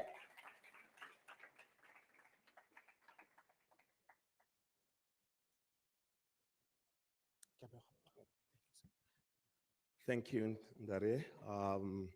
Good evening. Again, welcome to the hackathon. And I hope you guys are going to have a good couple of hours together and solving problems. I represent Amdocs, South Africa, one of the organizations that help telecommunications companies, banks, and almost every place or every company Amdocs supports and touches the business processes. Why are we here? Other than being just a partner for Telkom and many other operators around the world, what interests us most is the talent that we see, the talent available in this country and many other countries. And our desire is to see how we help and harness that talent to be able to solve business problems. When I look at the challenges that are there for this session, and I had speakers that talked before me about customer experience. What you can do to solve and make sure that the customer experience is seamless. My few words to you is put yourself, be a customer, then turn around and ask yourself, what do you want from your service provider? And as you challenge yourself, you will be able to think of those initiatives, the technology, and the processes that you can use. You have made or selected your team members. Please remember that everyone counts or no one counts. You have selected yourselves because you know your strengths. Work on your strengths, and may you have a good 48 hours. Good luck.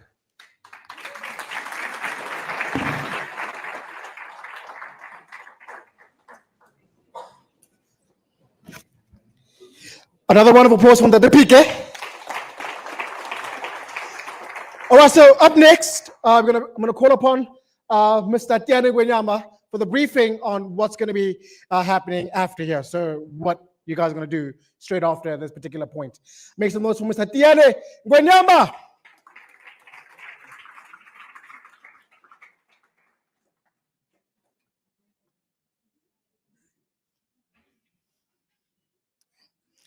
Good. We're counting how many minutes I was taking.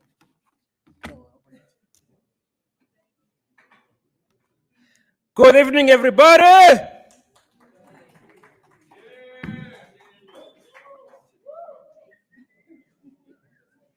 Konente off. Yini. Wi-Fi. No, that's not off. It's coming. Colleagues, the Wi-Fi will come. All right. Good evening to everyone, and welcome to this edition of the Geekulcha Annual Hackathon, powered by Telkom. Can we get a hand for that? Powered by Telkom. We are super thrilled to be part of, culminating this journey of the Telkom 10X. It has been a celebration since the 15th of August, starting off in Soshanguve, starting off in Soweto, but Johannesburg. Those of you who are in Soweto, Johannesburg, can you please raise your hands? Yo. All right, Soshanguve. Oi, oi. All right, and then we continued that journey. We went to Uppington. Uppington, are you here? Uppington, Kimberley, Katu, the R, Kuruman. You don't know what I'm talking about, right? You have never heard of such areas. All right, hello, Kisumu. You have never heard of that, right? All right, so one crucial fact of this hackathon is it is taking place concurrently in Kenya. Kenya is ahead of us in terms of time, but we're trying to make it work. The hackathon is taking place in Kisumu, in a town called Kisumu, close to Uganda. So they are participating, they are competing. So it is one hackathon in South Africa, one hackathon in Kenya. So when you're sitting here, you're competing against teams in Kenya. Did you know that? You're competing against teams in Kenya. Is it, are you first born? Are you first born in this? You're competing against teams in Kenya. So, and this is why we're most excited about this edition of the hackathon that is also hosted together with the Center for Public Service Innovation, our ground foods. Guys, we have no more now.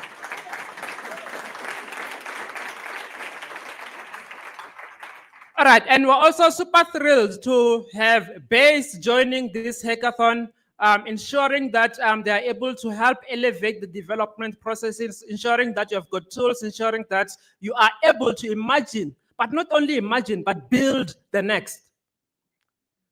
We also have Comptia. So Comptia are here.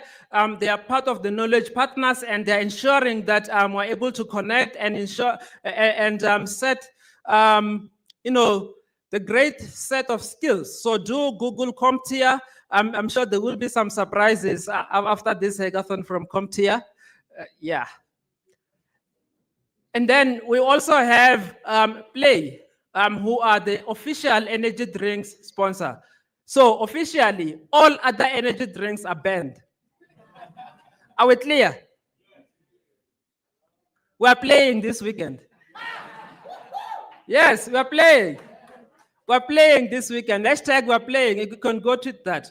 We also have other partners like BBD Software. So you will be hearing from them. They will be here, and you also get to learn. We also have got the University of Johannesburg as a knowledge partner. We also have other associate universities that are part of this process. But there's actually a slide we wanted to put up, but we'll handle that shortly. Because I was talking about the journey in which we have been going through with the Telkom 10X hackathon in different provinces. So while we are wrapping up the Telkom 10X journey, we just took, we're not sure. I thought you were seeing my slides. Why are you not seeing my slides? Okay, let's just make sure that you're able to see my slides. My boss is looking at me there. Guys, a hand to my boss with the red hair there.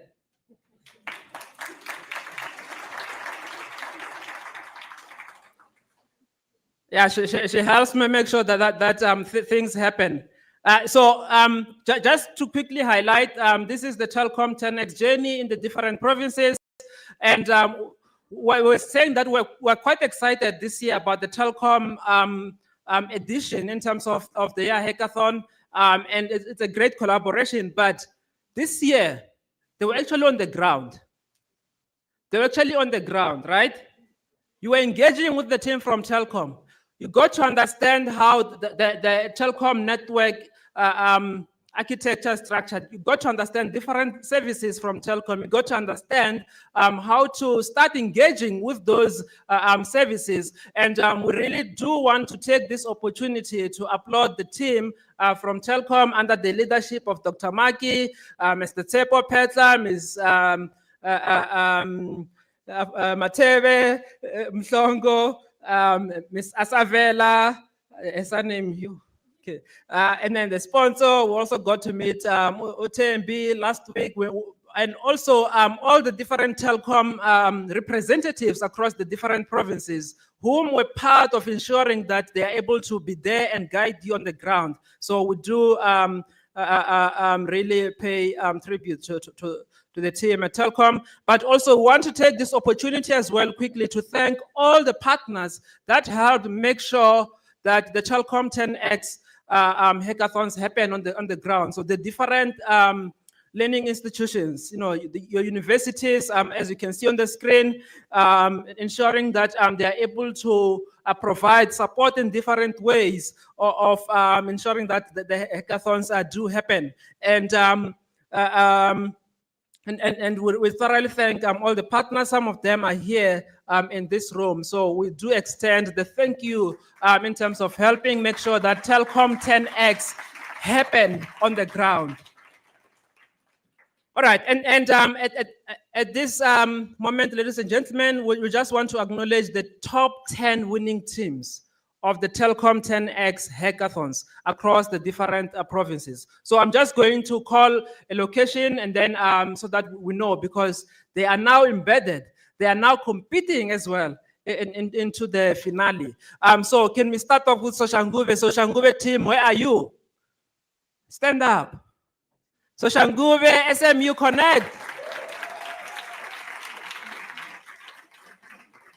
Johannesburg, Soweto. There they are, there they are. It's great to see you, Team Sync 2. And then can we see the Uppington winning team? Uppington winning team.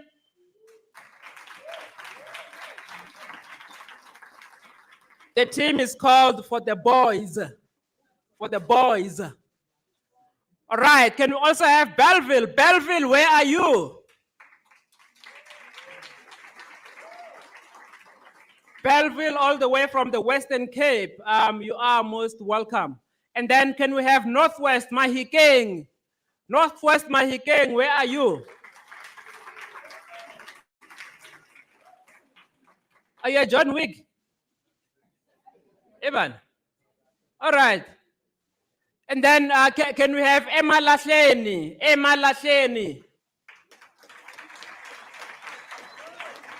Team Technobyte, we do see you. Can we have Butsabelo Mufristata, my hometown, finish what you started? So, ideally, you're not expected to be starting a new solution here. So, and before I forget, all the Telkom 10X hackathon teams, you're expected to continue with those solutions. Are we clear? You're expected to continue with those solutions. If you need to tweak your solution, talk to the organizing team there, but you need to continue with those solutions so that they get to actuation, to a point of investability, to a point of gaining interest from Telkom. You'll remember that's what we have been saying. So build something that Telkom will be interested in. Build something that Telkom can adapt. Build something that can work with Telkom. Build something that can improve customer experiences for Telkom users. But in our journey, we have enjoyed the Telkom, right? Yeah, we've enjoyed, right? You've enjoyed, right? You discovered things you didn't know. Yeah. All right.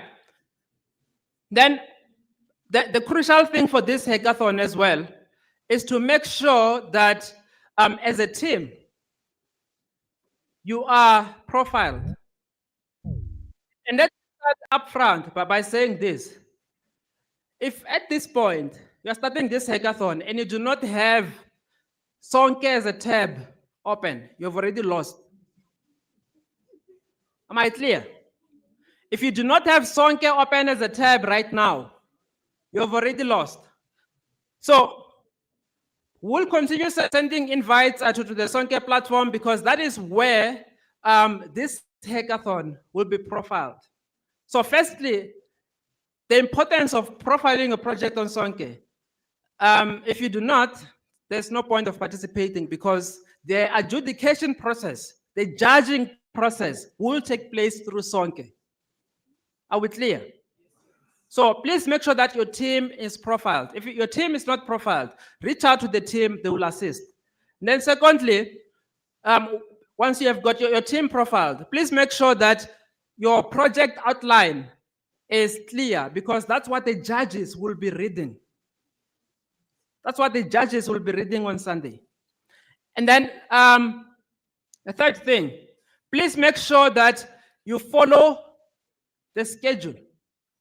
Follow the schedule. The schedule has been sent in various mechanisms. Do follow the schedule. After this briefing here, we'll be sending another guidance email to all the participants, to everyone participating. For the teams in Kenya, Lisa Bashizi is your lead. So she will be providing that guidance on that end. The teams here at BCX and Centurion, you've got access to a range of people here. The teams in South Africa or countries that are participating virtually, there is a virtual center that is being set up here at BCX to make sure that you are fully supported. And the way that is going to work is it has got various mechanisms. You will send a link on Jitsi. So please try to check that link throughout. What we're going to be doing there, because Jitsi has got collaborative tools into it as well. There will be different breakout rooms. There will be a software development room. There will be a business development room. There will be a presentations guide room. There will be general technical, there will be sonke, there will be other things. So do make use of those rooms on the GC call. And obviously, some of the updates will be I'm sharing them through Sonke. So do keep an eye on the general discussion and other mechanisms. Also, the best way to look for help as well on Sonke, click the button "Need help," and then you specify the type of help you need. And then, based on the type of help, that assistants need to go to different people. So there's those that will go to the mentors, there will be those that will go to the organizers, and they will be able to respond. So actually, it's the same link that you And the the other thing to keep an eye on Sonke, the judging criteria, guys. Please do not undermine the judging criteria. Do not undermine the judging criteria.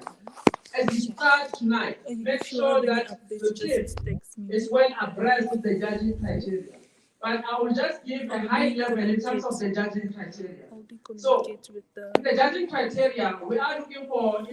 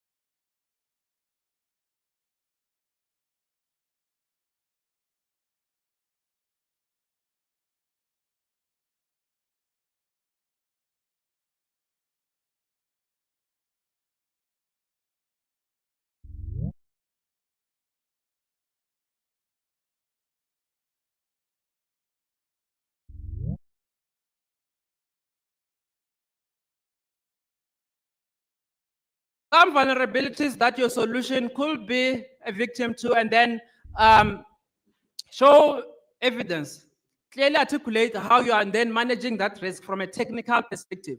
We do not just want you to talk security this time around. Put it technically on how you have addressed security. There's also the secure system development lifecycle. They want to see the thought process as to how did your team think, plan, and develop with security, and obviously test the security element of your solution. So the secure system development lifecycle is one of the things that you'll be filling in on Sonke. The lean business canvas, you're also filling in that on Sonke. Are we clear? All right, so reminder what to build. You're not expected to be starting a new solution.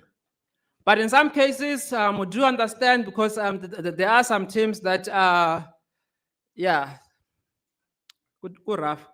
But you're not expected to be starting a new solution. You're expected to essentially continue working on a solution that you have built from a previous hackathon, from Telkom 10X regional hackathons, from CPSI hackathons, if CPSI ever do hackathons, I don't know. From Amagwinya hackathon, from any kind of hackathon. We want you to start thinking about taking those solutions into the hands of the users. And then in terms of the program, high level, because I can see my boss is looking at me like, hey, when I finish.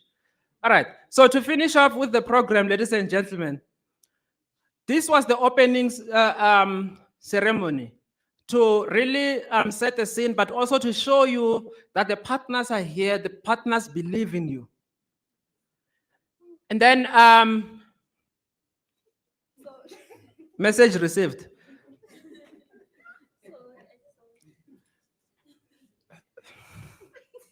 Are you proud of yourself?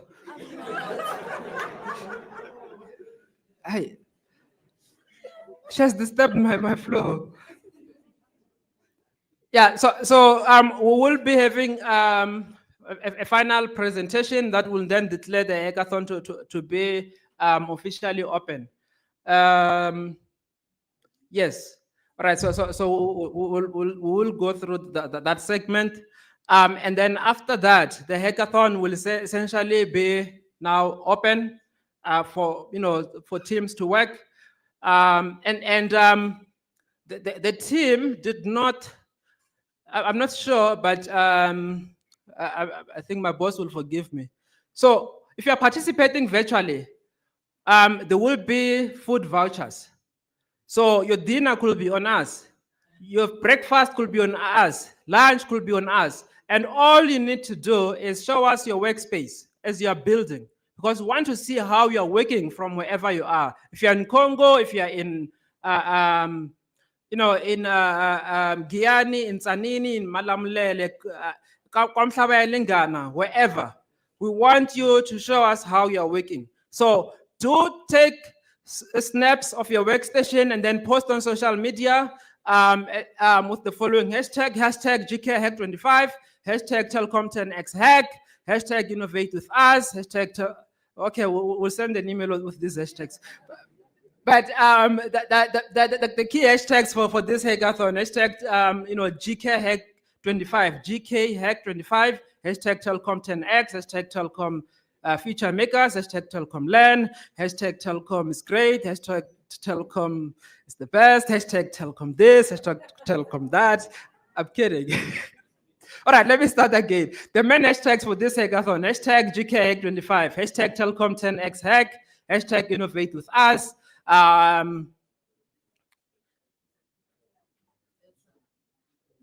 Is it better? All right. Yeah, but the main one, hashtag GKHack25. Hashtag GKHack25, and then also add in hashtag Telkom 10X Hack, and do tag all the different partners. So on LinkedIn, at Center for Public Service Innovation, you can tag them. They are quite active there. They're not so active on Instagram. They're not on Instagram, I think. Yeah, on X or Twitter, you can tag them. They are there every now and then. And then in terms of Telkom, at Telkom Business. At Telkom Business, just search that at Telkom Business, and you'll be able to find that.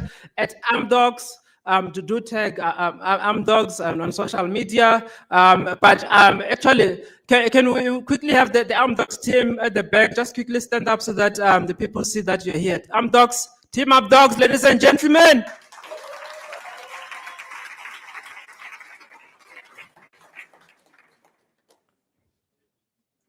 All right, so from Amdocs, you do have software engineering team, you do have different expertise. So you're in full house. There are mentors as well at this hackathon. So some of the mentors are joining in virtually. I know there's also a designated team in Durban that will be for your assistance as well. We've got mentors here physically. Shouldn't then need them. There will be mentors that will be stationed at the virtual command center to really take care of the virtual participants. Yes, so social media do tag the partners base, is quite active on Twitter and everywhere else as well. And then for this hackathon, Mr. Steve Jump is the head coach. So what that means is, what does that mean? He is the lead in terms of the mentors coming in to help you guys. So he's guiding the mentors who in turn guide you as participants.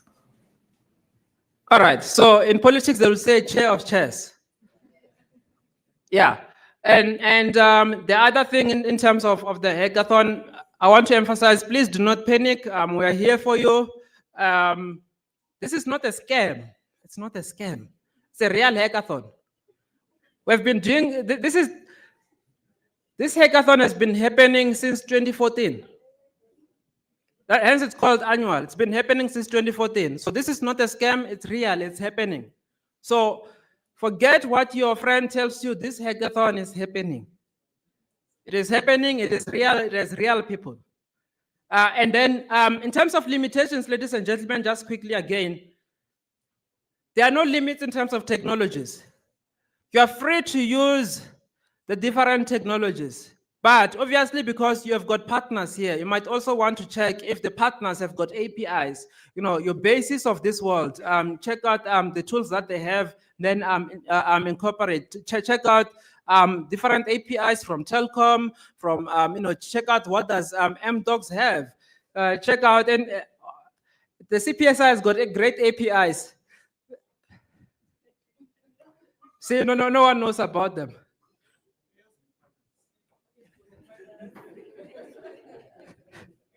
The CPSI has got great APIs, so do talk to them. Yes. All right. No, I'm kidding. They don't have APIs. All right. So there's no limit on technologies. And your team is expected to only present one solution. You may only form part of one team. Are we clear? May only form part of one team. There are some teams that will realize that you were so big.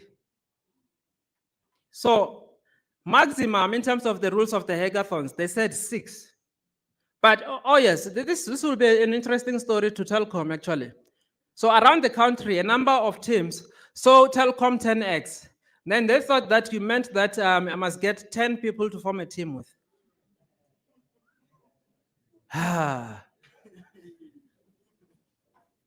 Yeah, so that's what we had to deal with. Nina, you're fine, right? You listen. Okay, so no limit on technologies. And then also, there's no limit in terms of the area of innovation. But obviously, the Telkom 10x teams, you have got a mandate to deliver. And the program again, so we are wrapping up this opening. And then we are going to dinner. So there will be dinner, but we want you guys to make that to be a working dinner so that you congregate with your team, come up with a game plan. If you are participating virtual, do post, tweet, share with us what you are eating with the hashtag. So let's let the world know that it is happening. Yes. And then tomorrow morning, we will have a state of the hackathon address. So where we'll be updating in terms of any changes, what you need to do. And then at 11 tomorrow, there will be 3 parallel workshops. 3 parallel workshops. If you are virtual, you will also get a link to that. So those 3 parallel workshops, one will focus on business development, one will focus on artificial intelligence, the other one will focus on cybersecurity. So those 3 parallel workshops will take place in the different rooms here within BCX, and then connecting with virtual. And then in the afternoon at 2 p.m., we're going to have hackathon war rooms. We're going to have hackathon war rooms from 2 p.m. until 5 p.m. And I think we're going to have about 10 rooms. And then your team will be told as to which room you'll be in. And then you'll get into a room with a panel of the war room. So a panel of the war room, they will be checking if your team is still within the scope of the hackathon, first of all. Then secondly, they will check if your team is still meeting the requirements. They will check also if your team is expressing challenges and then help you to align. So do make sure that your team is part of the war rooms. And the only way for that, you need to make sure that your team is profiled on Sonke. That is the key thing. Make sure that your team is profiled on Sonke. And then in the evening, we're going to have a Code Blues show because we do have a Hackathon TV. We did experience challenges, but we're trying to consolidate those challenges back to really bring it back to being a proper Hackathon TV. And one of the shows tomorrow evening will be the Code Blues, where we're bringing in experts, and then you'll then get guided on how to really deal with Code Blues at a hackathon. Then on Sunday, for those that are talking, we're not going to repeat this information. Yes, on Sunday, there are 2 rounds of judging. Can you take note of this, guys? Because this is quite important. On Sunday, you've got 2 rounds of judging. In the first round of judging, you are not presenting. Am I clear? First round of judging, you're not presenting. This is what you are doing. Before 10 on Sunday, before 10 a.m. on Sunday, your team is expected to have submitted your material. And by material, we're talking about a demo video. So your team need to create a demo video and ensure that you have submitted by 10 a.m. on Sunday. The presentation deck or slides is expected as well as part of that submission. So those are the 2 crucial things. Demo video and your presentation slides. Can you please take note of that? Add it to your calendar, to your reminder or something. Because for some reason, people always seem to miss this. On Sunday, you are not presenting in the first round of judging. You are submitting by 10 a.m. your project material. We're talking about the slides, we're talking about your demo video. Your source code is not expected for submission. We do not want your source code on Sunday. Keep it on GitHub or GitLab or Bitbucket or something. Are we clear? And then as part of the submission, your team may submit any other material that you think that judges might be interested in. Help the judges understand your solution better. So if you have got additional screenshots, if you have got a user journey story, if you have got a technical architecture of your solution, submit those. But the 2 crucial ones, presentation deck or slides, and a demo video. And your demo video, please make it less than 60 seconds. Are we clear? And please do not zip your files and then submit, because that gives judges additional work because they have to unzip.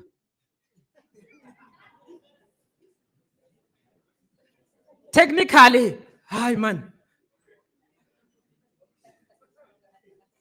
I know. All right, do not give judges additional work of having to download WinRAR and then trying to access your files. Is that better? All right. And then in the second round of judging, top 12 teams from the first round. So in the first round will produce top 12 teams. Are we clear? So your team is fighting to get into the top 12.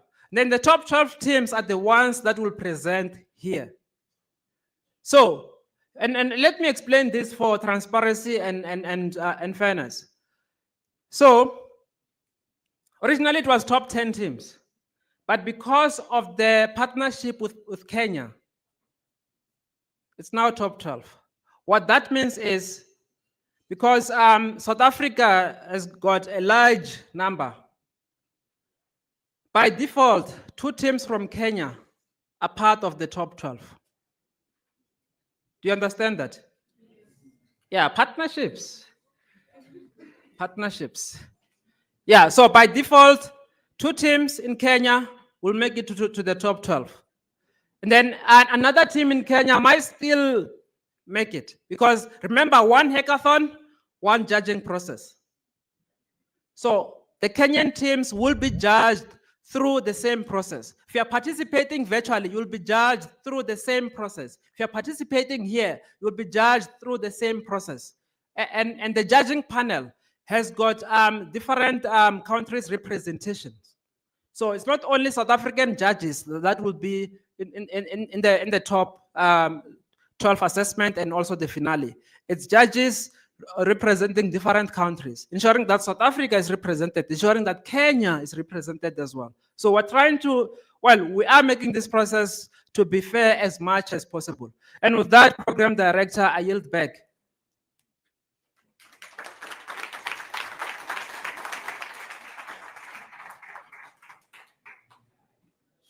God, I have to speak.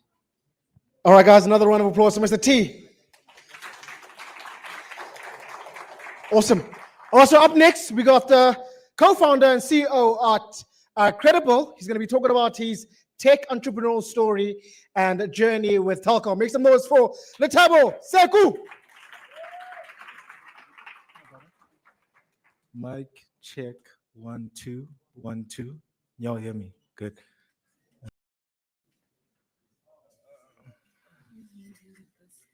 Okay, cool.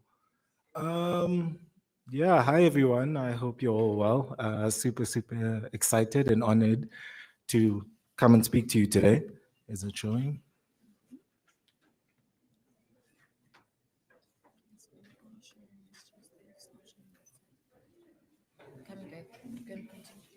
Okay, so my name is Letabo Seku. I'm the co-founder and COO at Credible.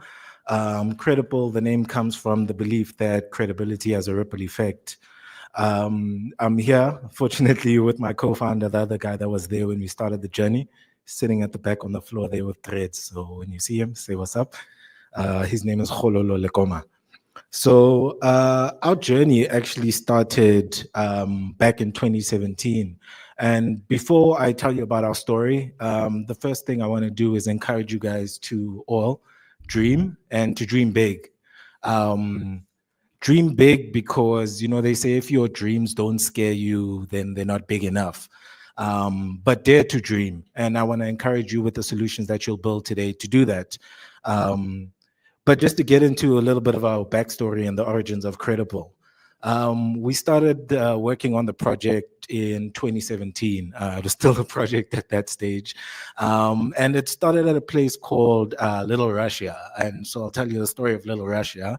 It was literally a cottage that was actually, I was looking at, this is perfect, the size of these 2 banners together. Over here, half of that was my bathroom, and then my kitchen in the corner there, my bed, and the door. So where you see us there, we're standing in front of the door. So really small place, but who you're seeing on the screen is, you know, where we were when we started the project. This picture we actually took with the other team members that were there with us at the beginning. But obviously some of them have left. And so I guess it's just us for now. But the reality of the journey, and the reason why I'm saying that, it also speaks to what I'm going to speak through on the next slide, which relates to the, you know, the hard truths of entrepreneurship.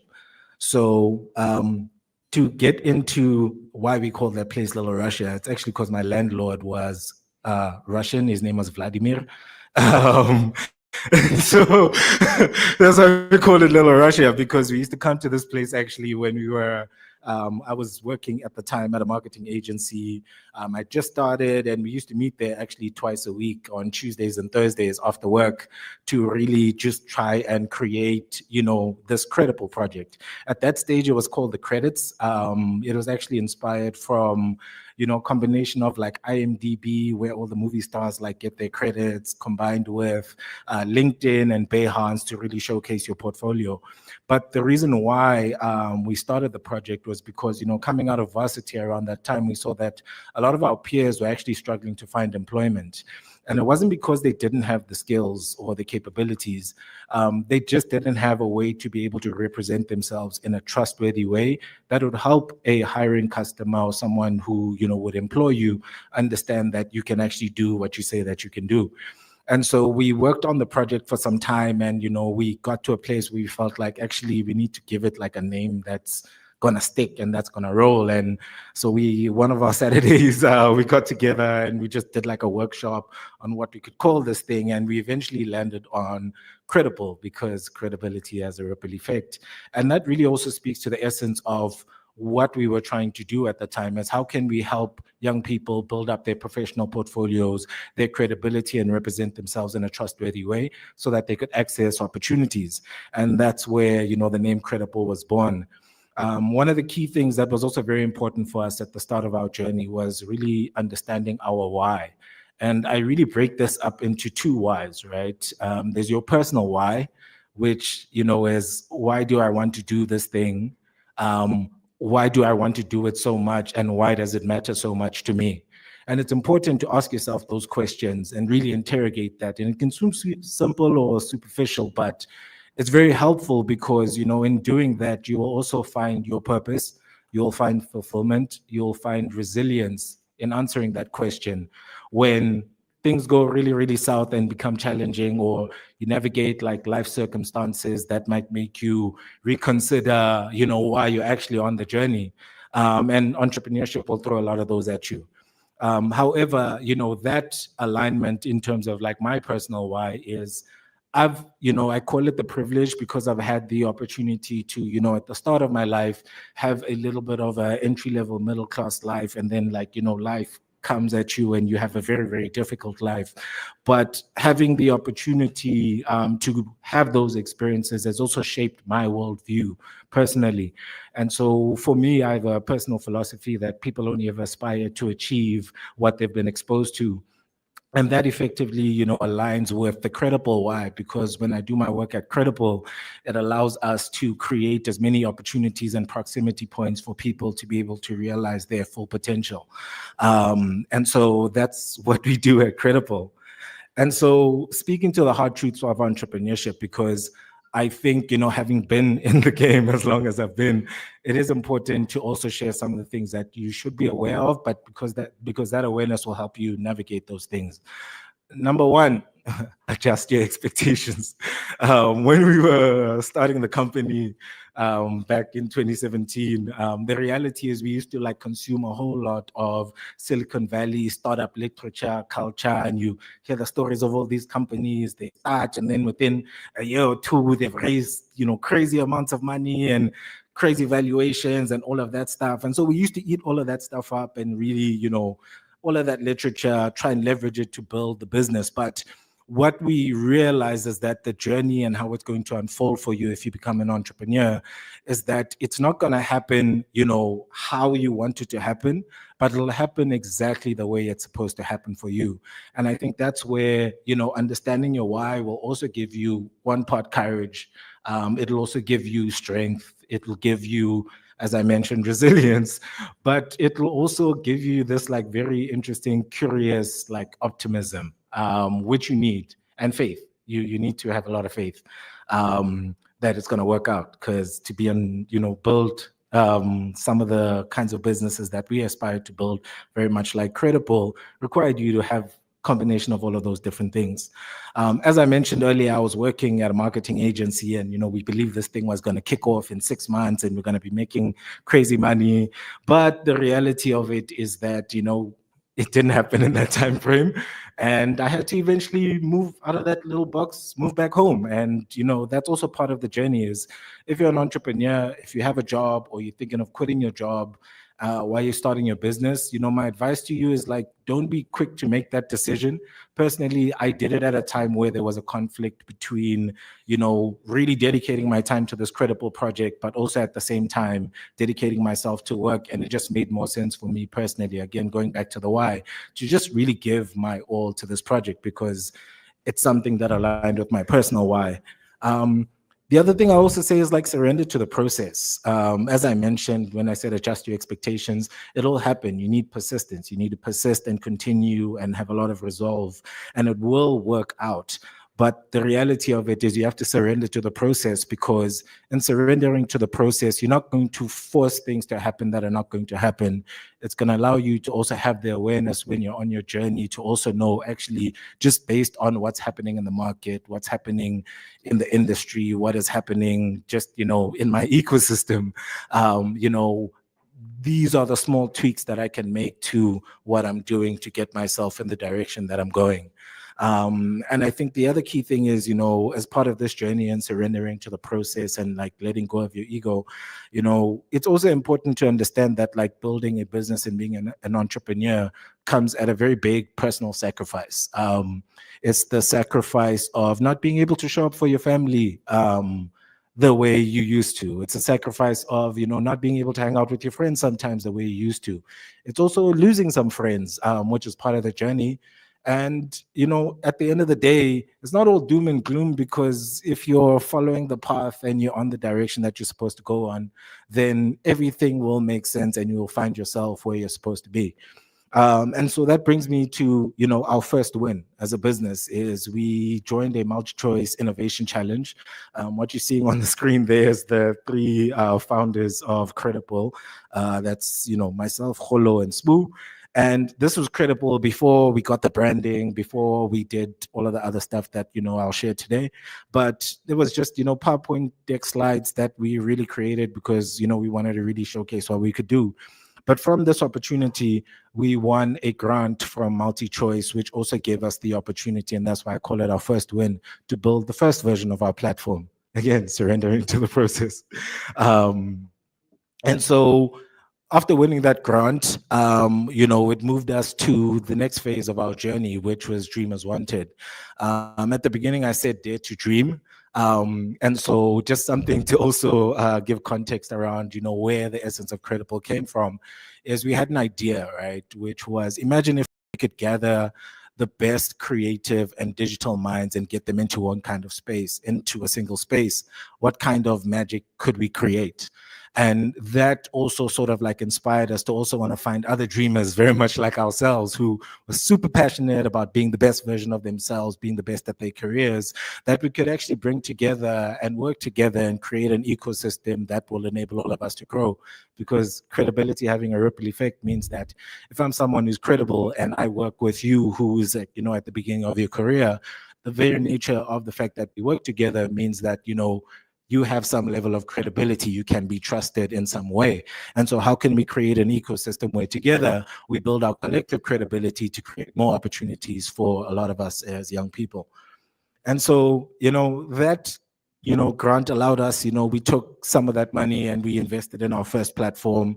And we also had the opportunity to get our first office space. And when I say we did it like tech founder style for real, we literally used to live in this place.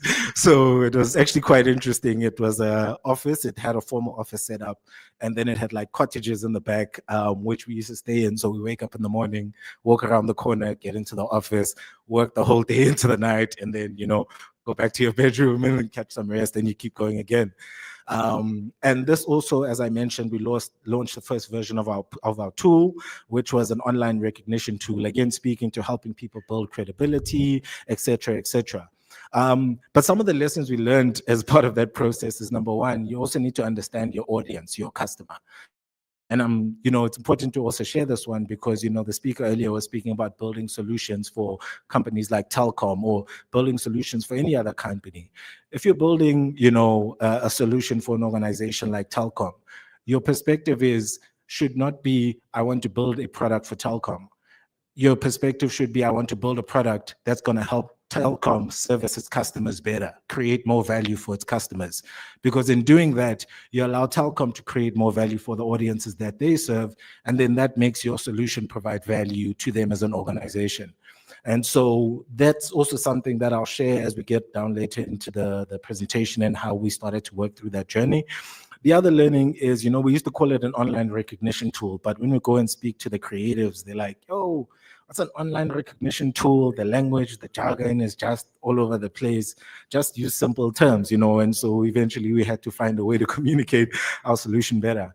The other learning was that, we were non-technical founders, so we, work with like product teams and like developers throughout our journey. But at the start, we had this grant. We put some of it to, building our platform, and then the other part of it supported this thing we call Runway.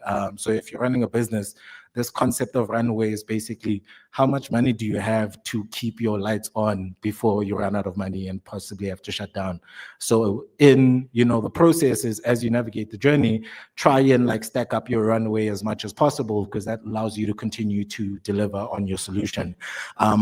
Last lesson here was when we launched our platform, we realized for the first time that you actually have to maintain this thing. You don't just launch it and then people come and like all of that stuff. You have to maintain it. You have to, do all of the different things. And, for us, we are fortunate, some of the founders, studied finance, some of them studied business. I did marketing. And so all of those skills together came to help us really sort of start and launch this company. And so from there, we then went into growing our community. Now that we figured out that the way we're communicating to our audience is not attracting them to our solution, how can we grow our community? And so we came up with this idea to build a list of the first 100 dreamers, who would be, people at various different levels of credibility. Some people established in the industry, other people still trying to get into the industry. And as part of that, what we also wanted to do was about bringing community together, because a lot of the times, freelancers, creatives, or just like young people starting at the beginning of their career, if you're not from like the big cities and like have social networks or people that you hang out with, you kind of have to figure out your way to build social capital. And so for us, we thought that was a very, very unique way for us to bring people together, but also to get them to use our product. And so what you're seeing on the bottom left there is some of the screens of what our solution used to look like. But also what we did is we hosted community events. We did things like product testing. So like this office that we found actually used to be a 3D animation school. And we had a really, really cool landlord there. His name is Gustavo, who basically said, look, I used to run a school. I closed it down. I've got these computers here and I've got the space. So if you guys are keen and don't mind staying here, let's find a way to work together. And so that also gave us the opportunity to leverage our resources to actually sort of create more impact. And so we did master classes. We once had the opportunity through partnerships, and this speaks to collaborating for growth. At the beginning of your journey, you're not going to have everything that you need in front of you in terms of like the capital to execute or money to execute, but you have people who have skills and you have people who are also chasing similar passions or missions or projects. And so how can we collaborate together to actually have that impact? And the way in which we did that is we hosted the masterclasses for creatives in our network. We had the opportunity, one of the masterclasses that happened at our place was the CEO of Trace Group, like global, came to actually give a masterclass on digital entrepreneurship at the time. This was in 2019. So again, how do we like leverage the opportunity to grow our network? How do we partner with people? We partnered with an organization that was also a startup at the time called BAI. I can't say the actual name of what it means because, but it was really just about broke, creative, trying to find a way to make a living. So in that, we expanded our network through collaborating with people in the film industry. We got involved because we wanted to be really on the ground with supporting our community, and we created things like, we participated in the 48-hour film fest as like a credible team in the credible community, and submitted that. And I think that really just speaks to how you can leverage your ecosystem and the people around you to really drive growth for your organization. And part 3, as all entrepreneurial stories go, is you navigate the adversity and uncertainty. So, going into the middle of 2019, we actually ran out of money. That 500K grant that we got, I think about 200K went to product, the other 300K went to runway, and we're really tactical about, extending our runway as much as possible. So we kept it super lean. And so when we ran out of money, we actually had to now pivot, our early pivot of our solution. And pivot is basically to change the direction so that you can, make traction. So on our side, we had to pivot. And at that time, we had to figure out how we're actually going to start to make money. But this was also a very unique and necessary part of the experience for us, because in our approach, we wanted to solve the education to work value chain. And when we started with a focus on predominantly the creatives. This part of our journey also made us now start to think about and focus on the customers. How can we use our community that we've built to start connecting them to opportunities so that we could make money to stay alive, but also continue on the credible journey. And so what we did is we then, determined 5 key service categories. We picked 5 key service categories. Those are services that could be delivered online or remotely so that we can make access to work opportunities as accessible as possible. And in creating those 5 key service categories and having to go speak to clients, we also further understood that the solution in presenting your solution is also about understanding how we can represent professionals in a trustworthy way by answering the questions that customers are looking for, or hiring customers are looking for when they are looking to hire talent. So can they see the exact skills that you have? Can they see the elements in your portfolio that will appeal to them based on the service that they're looking for? And so we started to evolve our solution to focusing more on finding trusted, creative, and digital services. The essence of this evolution for us was, really meeting our customers, honoring the value proposition of being credible, which is being trusted. And so the way in which we did that is we used to now do like verification of skills in a lot of different like interesting ways at the time. But as part of this journey, we also joined the Jam Lab Accelerator, which is part of the Home Digital Innovation Precinct. In doing that, we also got some of the fundamentals of, building a business, engaging, expanding your audiences, but also leveraging the networks within those spaces to also get us in front of some people that we were not able to engage with. The really cool thing as well is, speaking to building credibility, is that our journey with Telkom actually really began when we got our first big client. Through our repositioning of the talent network that we had the opportunity to work with Yellow Pages at the time. If you don't know what Yellow Pages are, they used to be the people that there's the phone book on your phone, but it was an actual book where you go look for people's numbers and contact them. So that was initially how the organization started and evolved. But when we met them at that time, they were actually offering solutions to SMME businesses, small businesses, where through a monthly type subscription, they'd be able to access like a variety, a suite of different services. Part of what we then provided to them as a solution is we help them access basically SEO, search engine optimization talent, as well as content writing services from the service providers we had in our platform. And through that, that initial sort of break in getting a big corporate client to trust us with their services, that then opened up the opportunity for other big customers to be, okay, these guys, if Yellow Pages can trust them, then like maybe it's not so much of a risk. And I think this is also where the conversation of really starting to stack up your credibility little by little goes in. Sometimes, our first customer, we didn't even get paid that much as credible, but it was important to actually take on that job so that we could get our first customer to also get us in a place where an organization like Yellow Pages could say, okay, well, somebody's actually bought from you before, so maybe we can take the risk on helping you guys as a small business. And so that picture that you see on the screen there was the day we actually got the contract with Yellow Pages. And that was like, quite a relief because, again, it became super challenging at the time. But the key sort of like takeaway that I want to give you all with this slide is really around adapting or dying. Because as an entrepreneur, you're also going to have to be agile. You're going to have to adapt to a lot of different circumstances. And part of that was even looking at something like COVID-19 that none of us ever thought would happen. Our business is starting to take off. We're trying to convince our customers, hey, guys, we've got people, they've got the skills, but they can work remotely. They don't have to be in your office the whole time. We vetted them, you can trust them. And then COVID happens and the whole world shuts down and now everybody has to work from home. And so in some instances, a lot of businesses that couldn't adapt to that kind of didn't make it. But for us, we were perfectly positioned for that opportunity. And that also then enabled us to start to grow a lot quicker. And I think this also speaks to why you have to prepare for your luck and you have to be opportune.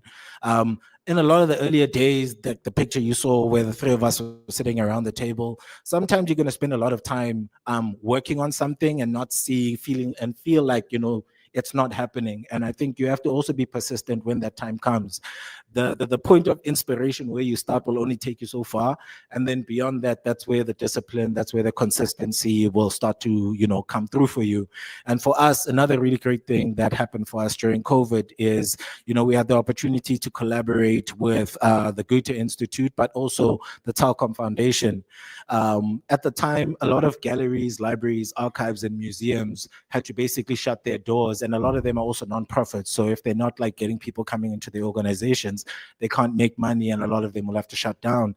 And so we had already built out this talent network, going from like our first 100 at the time. I think we had gotten to just under 1,000 different professionals in our network. And we came up with the solution. How can we bring together creative and digital minds to help, GLAM institutions, the galleries, libraries, archives, and museums digitize their solutions and preserve African cultural heritage? And so we implemented this cultural heritage hackathon across the continent. It was actually happening in 3 different continents. So based on, just being prepared for the opportunity, through our collaboration with the Goethe Institute, this project was happening in Indonesia, it was happening in Sao Paulo, Brazil, in their region, and then it also happened simultaneously here in South Africa, but across sub-Saharan Africa. And our ability to actually execute this project was also proved by the level of preparation that we had done in, verifying skills. How can we put talent in opportunity to showcase their capabilities? And so we implemented this hackathon across sub-Saharan Africa. But what that gave us as a business was really the validation of our skills verification at scale. This gave us the first unique opportunity for us to actually validate that we can source talent from pretty much anywhere across the continent, but also at the same time put them in a simulated environment where there'll be key deliverables, milestones, how do they collaborate with one another, what is their engagement, communication like, things that customers were looking for if they're going to work with remote working talent. And so after implementing this thing, this project allowed us to then, create the opportunity for a team that was based out of Ghana, across sub-Saharan Africa, in sub-Saharan Africa, to have the opportunity to actually go and exhibit their solution that they created in Hack Your Culture at the Coding Da Vinci Festival in Germany. The other key thing is, thanks to our partnership with Telkom, we had, incentives and prizes that we could share. But, in accelerating that, because of the local adoption of, remote work, that unlocked our revenue growth, which also sort of created the traction that we needed to raise our first investment. And so that investment came through IDF Capital and Telkom Future Makers through the IDF Future Fund. And that then positioned us and allowed us to really accelerate the growth of not only our community, but also the growth of our technology and our platform. And so, part 4, which is the last part, I'm not going to keep you guys long, really speaks to things becoming full circle. And what I mean by that is there were some challenges that started to come up as we were starting to grow and scale our company. 2 minutes, grow and scale our company. And part of that was we started to realize that the challenge wasn't that there wasn't talent with skills, but the issue was how can we create an environment or more environments for talent to showcase their skills to customers. And so in doing that, it made us realize that actually we can scale up this scalable skills verification to then connect our talent to global customers. And this is when we then had, community members, talent in our community working on projects like, Trace Global, Stand Up and Shine. We implemented another verification model with AI to amplify, and then had, our community members working with Trace Academia to build content for their online learning library. In the same year, we also were awarded the Telkom Transformation and Innovation Award, E-commerce Platform of the Award. But the really, really cool thing that we got to do as part of our collaboration with Future Makers was really sort of scaling the impact. And through that, Future Makers supports SMMEs. We've got a talent network. How can we support SMMEs, but also create jobs locally? And, that then allowed us to then, continue to grow and accelerate. We secured our second investment from Telkom Future Makers. We started to use our simulations internally to also accelerate access to opportunities. And this resulted in us having the opportunity to also travel across the globe. And so, we got global recognition. We won the Irish Tech Challenge last year. We had the opportunity to go and travel to Dublin and Ireland. We got to go to Germany. We got to also go to the Netherlands and really speak to customers. And in doing that, we understood that there's so much potential for African talent. And a lot of the customers in Europe, in America, they want to work with African talent, but they don't know if they can trust you. And why do they not know if they can trust you? It's because the way you're representing yourself online is not in a credible way.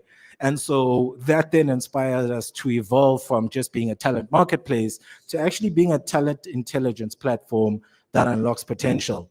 And through that, as I mentioned, we had the opportunity to present our solution in Dublin to the Deputy President of South Africa. This year, we went to Viva Tech. We won an additional award from Telkom Future Makers at the Innovation and Transformation Awards.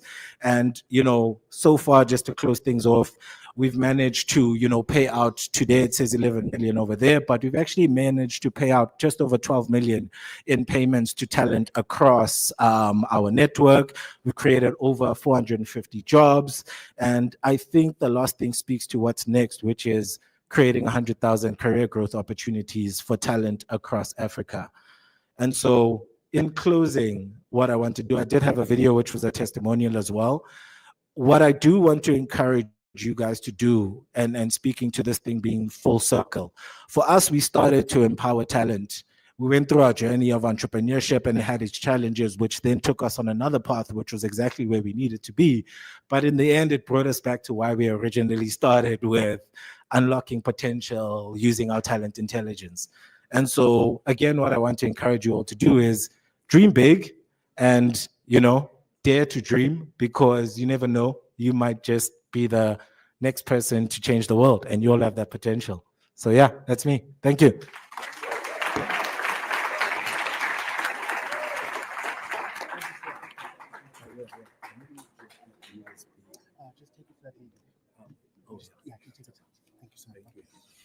All right, guys, another round of applause for Letabo.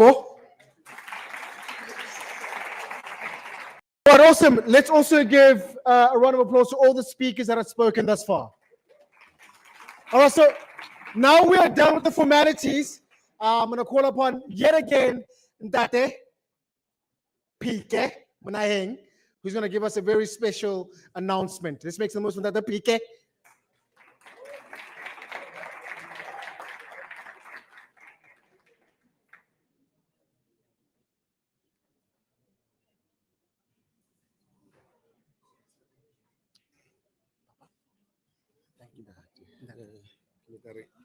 My team. Oh, yes. Yeah.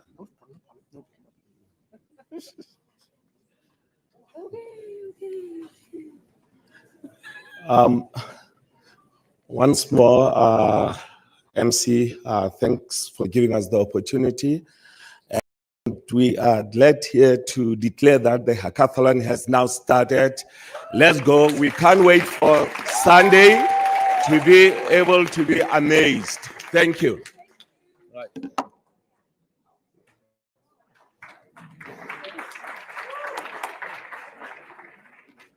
All right, awesome, guys. Let's make some motion that the PK. Okay, cool. I think before we do, before we get into you guys doing your business, I think the real business that needs to happen, they say food for thought, né? But nothing beats food that goes into the stomach. I think right now, it calls time for that, right, my brother? You agree, né? We really need to, yeah. All right, we're gonna go check the kitchen, and then I'm gonna send you guys table by table to go outside and get your dinner, yeah? Just give me a couple of seconds. I'm not sure if you got some music. Oh, yeah. Sorry, Wi-Fi? Sorry, Wi-Fi not working. Okay. All right, we're gonna work on that. So you want Wi-Fi?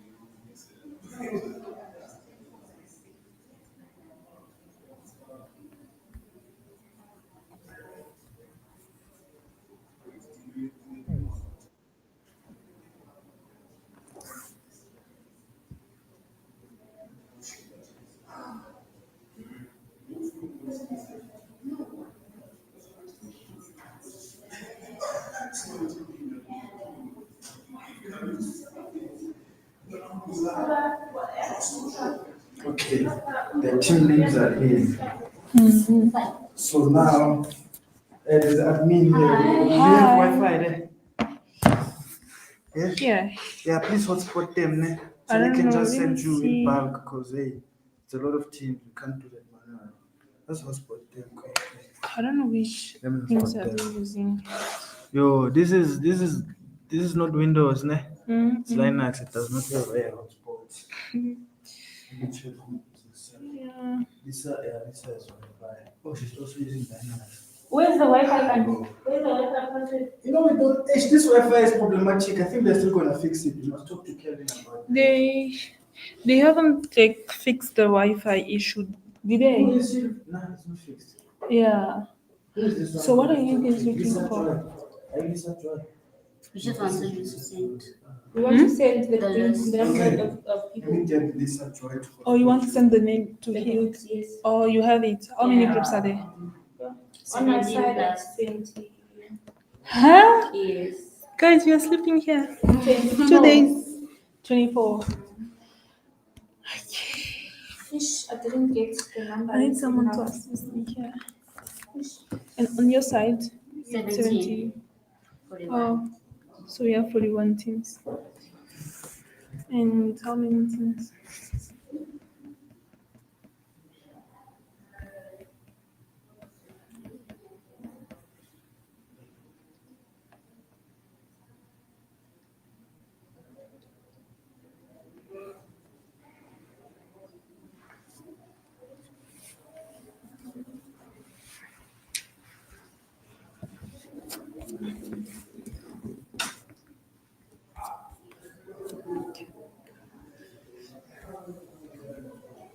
So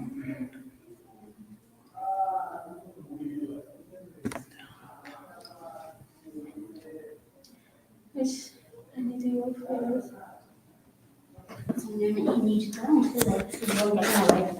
Yes. Abangisise le.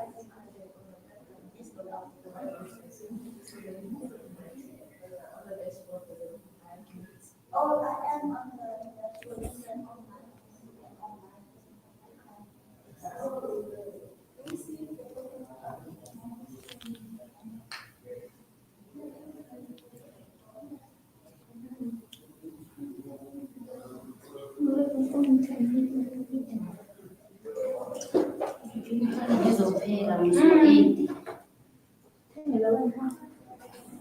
It's fine. Do not talk about like this is busy. Let me just take pictures of those things somehow. So the Wi-Fi thing is not working out. Yeah. So how are the teams operating?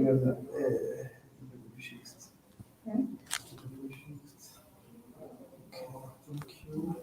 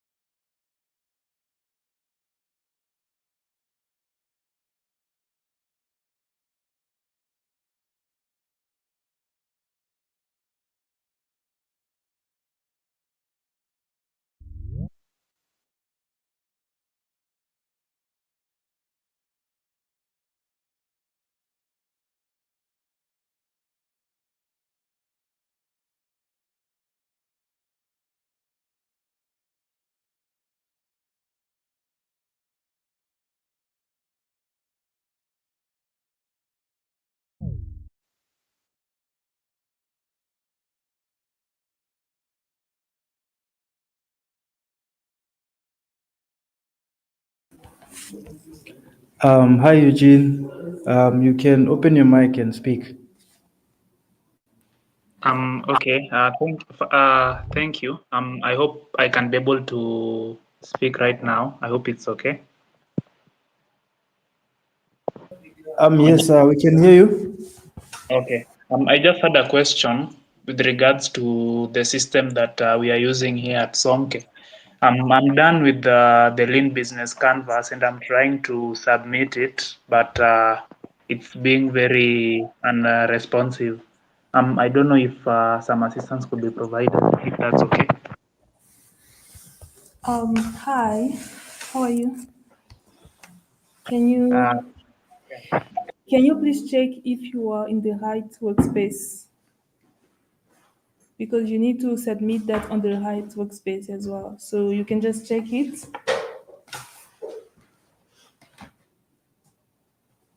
And also the network.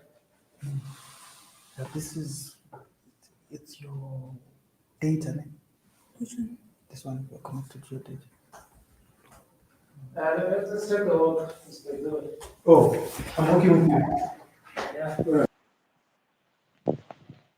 I'm in the right workspace. I'm in where my team is actually set up. So I don't exactly know what's going on because I'm trying to click the green button here to submit the file, but it's unresponsive when I'm redirected to the submissions tab. Sorry, what is your team name? My team name is Aurora. Hi, Sarah. I'm seeing the link is on campus on my side. You can see it. Yes, it's here, so Okay. it means that they did submit. Okay, from our side, we can see the business Canva that you sent. So we are not sure what is not showing on your side, but as we can see that. The last update Can you? was 1 minute ago. Yeah, you just uploaded 1 minute ago. So maybe you can reload the page and see. But just assuring them that we have the information. It's just that I think the problem. Okay, so let me get this straight because after I was done with the setting up the business canvas for my team, I clicked on the save changes button. So did that automatically redirect it to your system? Hi Eugene. I can confirm that that is what happened. So after you click the button that says save changes from our side, we track the people that have submitted, and I can confirm Aurora he has submitted the Lean Business Canvas. It's showing on our side. So the problem might be that you counting the number of submissions. So the number of submissions is per the presentations and stuff like that, but per the business, the Lean Business Canvas, as soon as you save changes, it shows from our side. Do you understand? Yeah, I think I get you guys now. So we are good. Yes, yes, you are all good. And for everyone on the call here, thank you so much for joining us. Could we have just one request? Can everyone please just outline their team names, and then we can just track who's here from our side as well on the chat. So if you could write your team names, and then we can keep a track on who's currently here. Eugene, do you have another question? Or Nicole? Sorry, I raised my hand accidentally. Oh, no problem, no problem. Nicole, you can come in.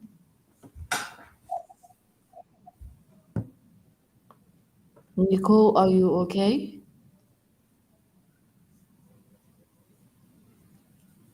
Okay, thank you so much for those who are writing their team names on the chat.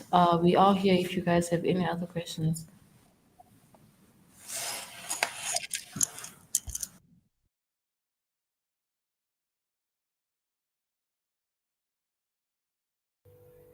Hello, can you hear me now?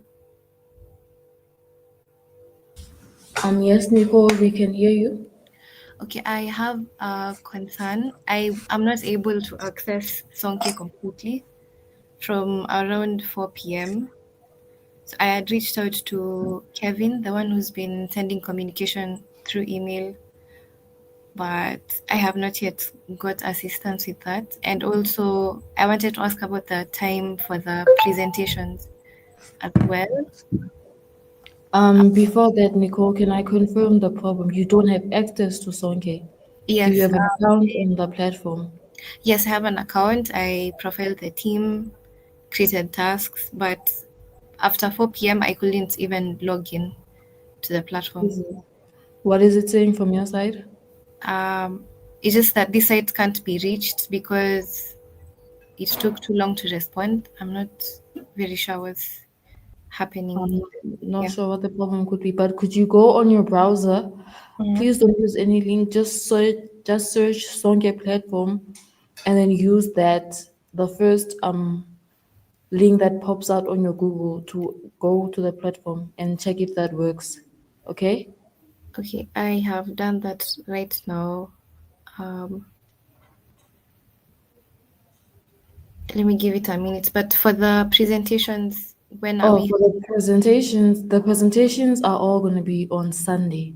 So in terms of that, just to make sure everyone in the room also understands, there's 2 rounds of judging. So the first round, there will be no presentations. The first round is when the teams will have submitted their presentation slides or slides decks, and then also a demo video, which is no less than max 60 seconds.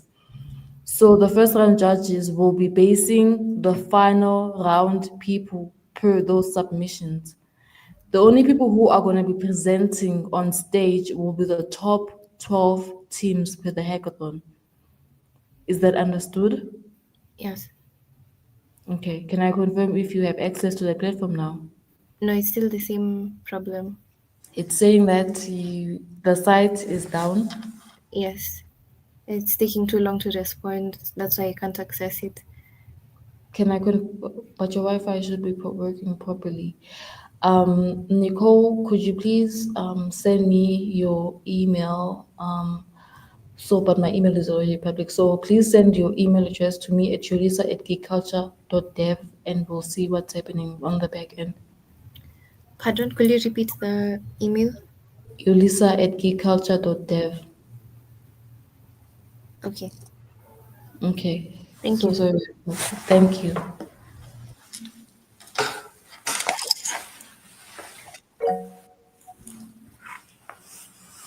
Eugene, you have a question?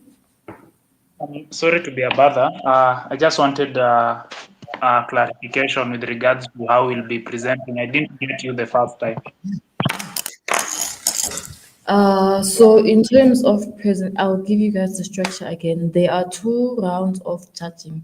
So in terms of the first round, there will be no presentations. The judges for the first round will be basing the people who go on to the final round based on your submissions on the Songe platform. So the submissions that we'll be looking at will be the presentation decks, slides you guys will submit, as well as the demo video you are requested to do. So the demo video should be at max 60 seconds. The first one judges will be outlining the people going on to the final round per those submissions. And on the final round, we will have the people presenting on stage or via the call. So only the top 12 teams will be presenting for everyone on stage on Sunday. Is that understood? It's perfectly Eugene? understood. Okay.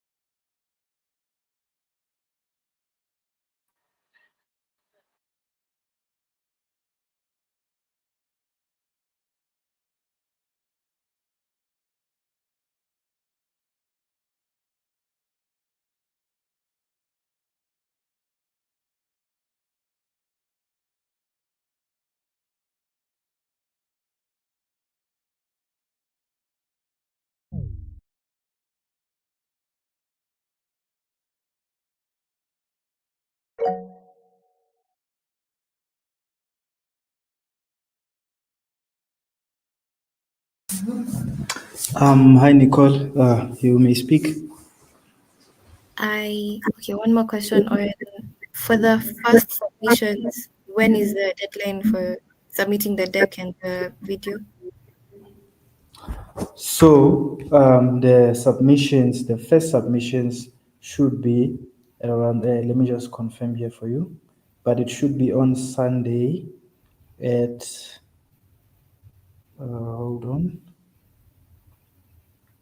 The final submissions also, okay, they should be done on Sunday by 10 a.m. So your submissions will be your lean canvas model, your pitch deck, which is your presentation, the demo video, as your Lisa outlined, that is maximum of 60 seconds, and any other materials that you feel like will help you in advancing to the next stage.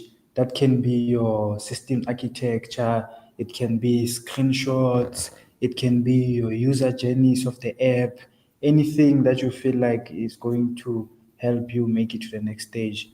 But the three main submissions should be, well, your link canvas is automatically submitted. So the two main submissions should be the demo video and your pitch deck, and then any other supporting documents by 10 a.m. Sunday. Okay, thank you. Thank you.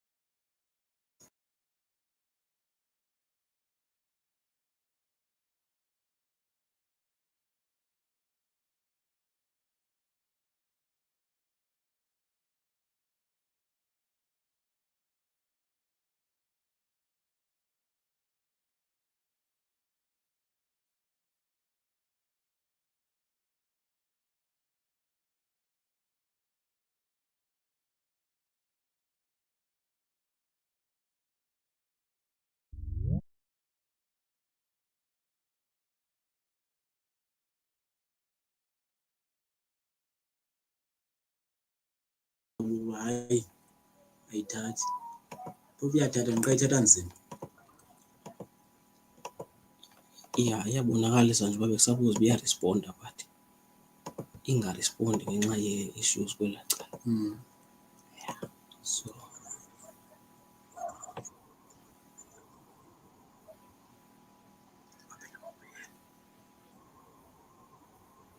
hayi mna ngivunela uthetha.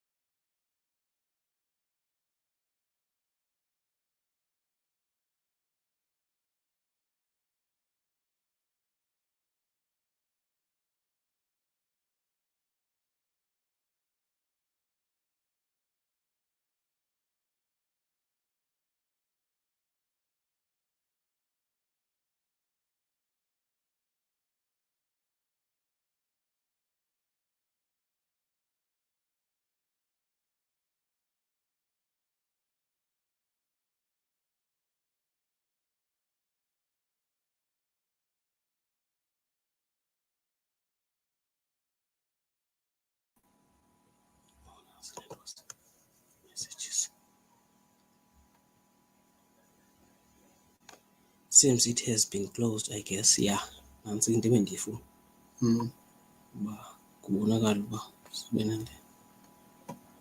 ne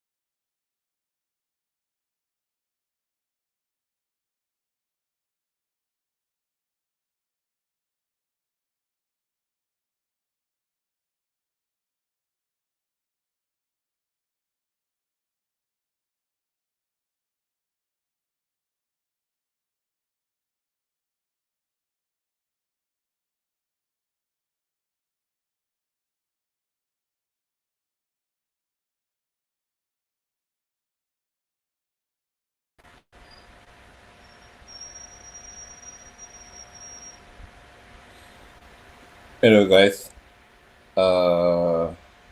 I just want to ask, is this supposed to be briefing that has to happen now, or what's happening?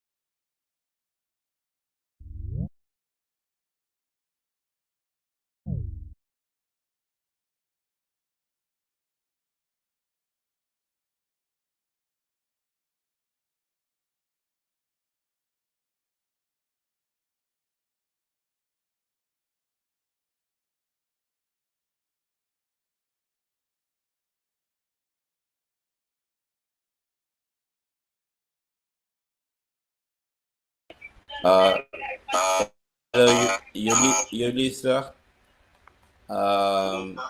To Ms. Veni. Are you able to talk on the side or something?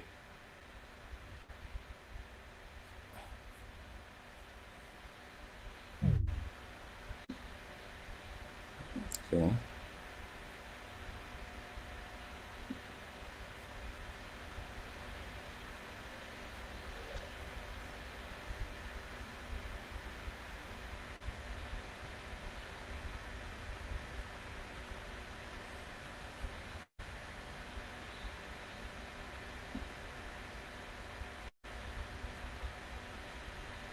Is Yulisa on the call?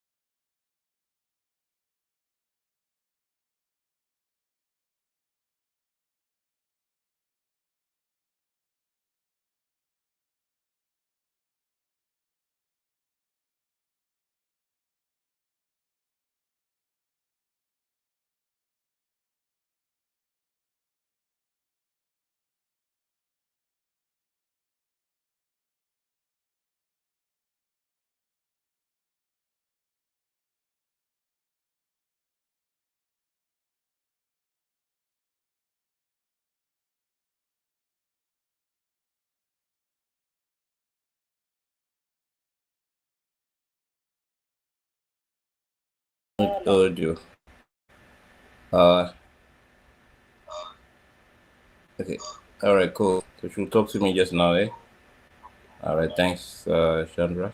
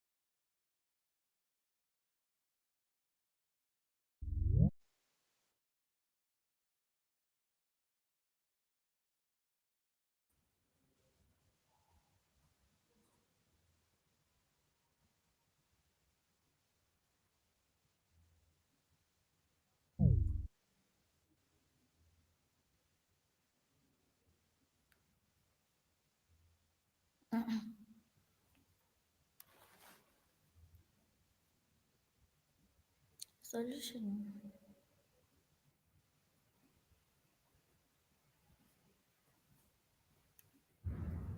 Sure, laptop again, fish.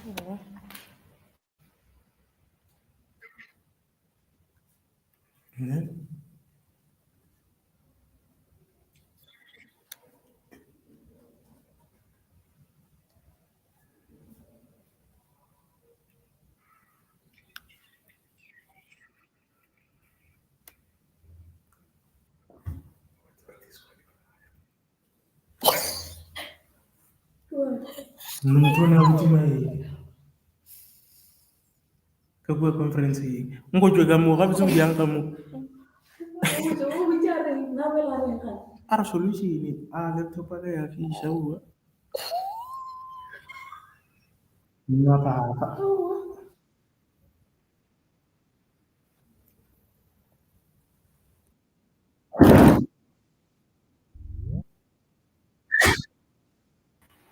Hey man, hi, how you doing?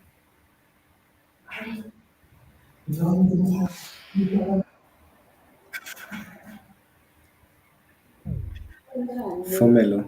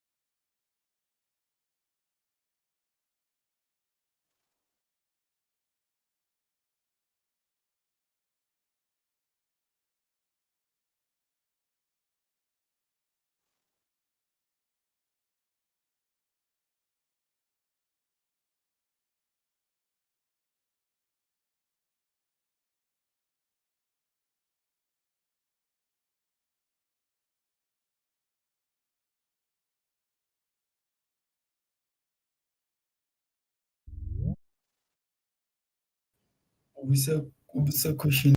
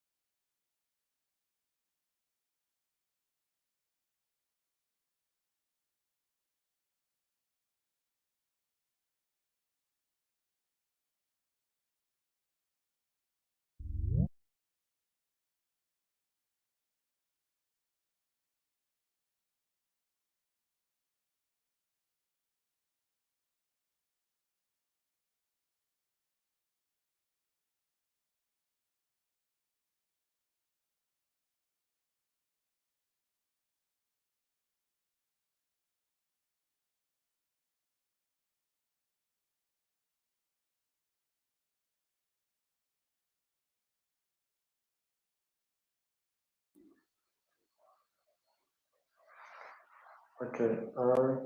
Sorry, guys. So innocent. How to get into the breakaway rooms? There are icons next to where there is a hand icon, which is like sort of a tool. People decide. Then you can click there. So once you click that icon, it's supposed to show you everyone who's on this call on the side should be on your right hand side. And then when you scroll down, you find rooms being created. There's a date and subsidies. Sorry. I couldn't get the first guidelines.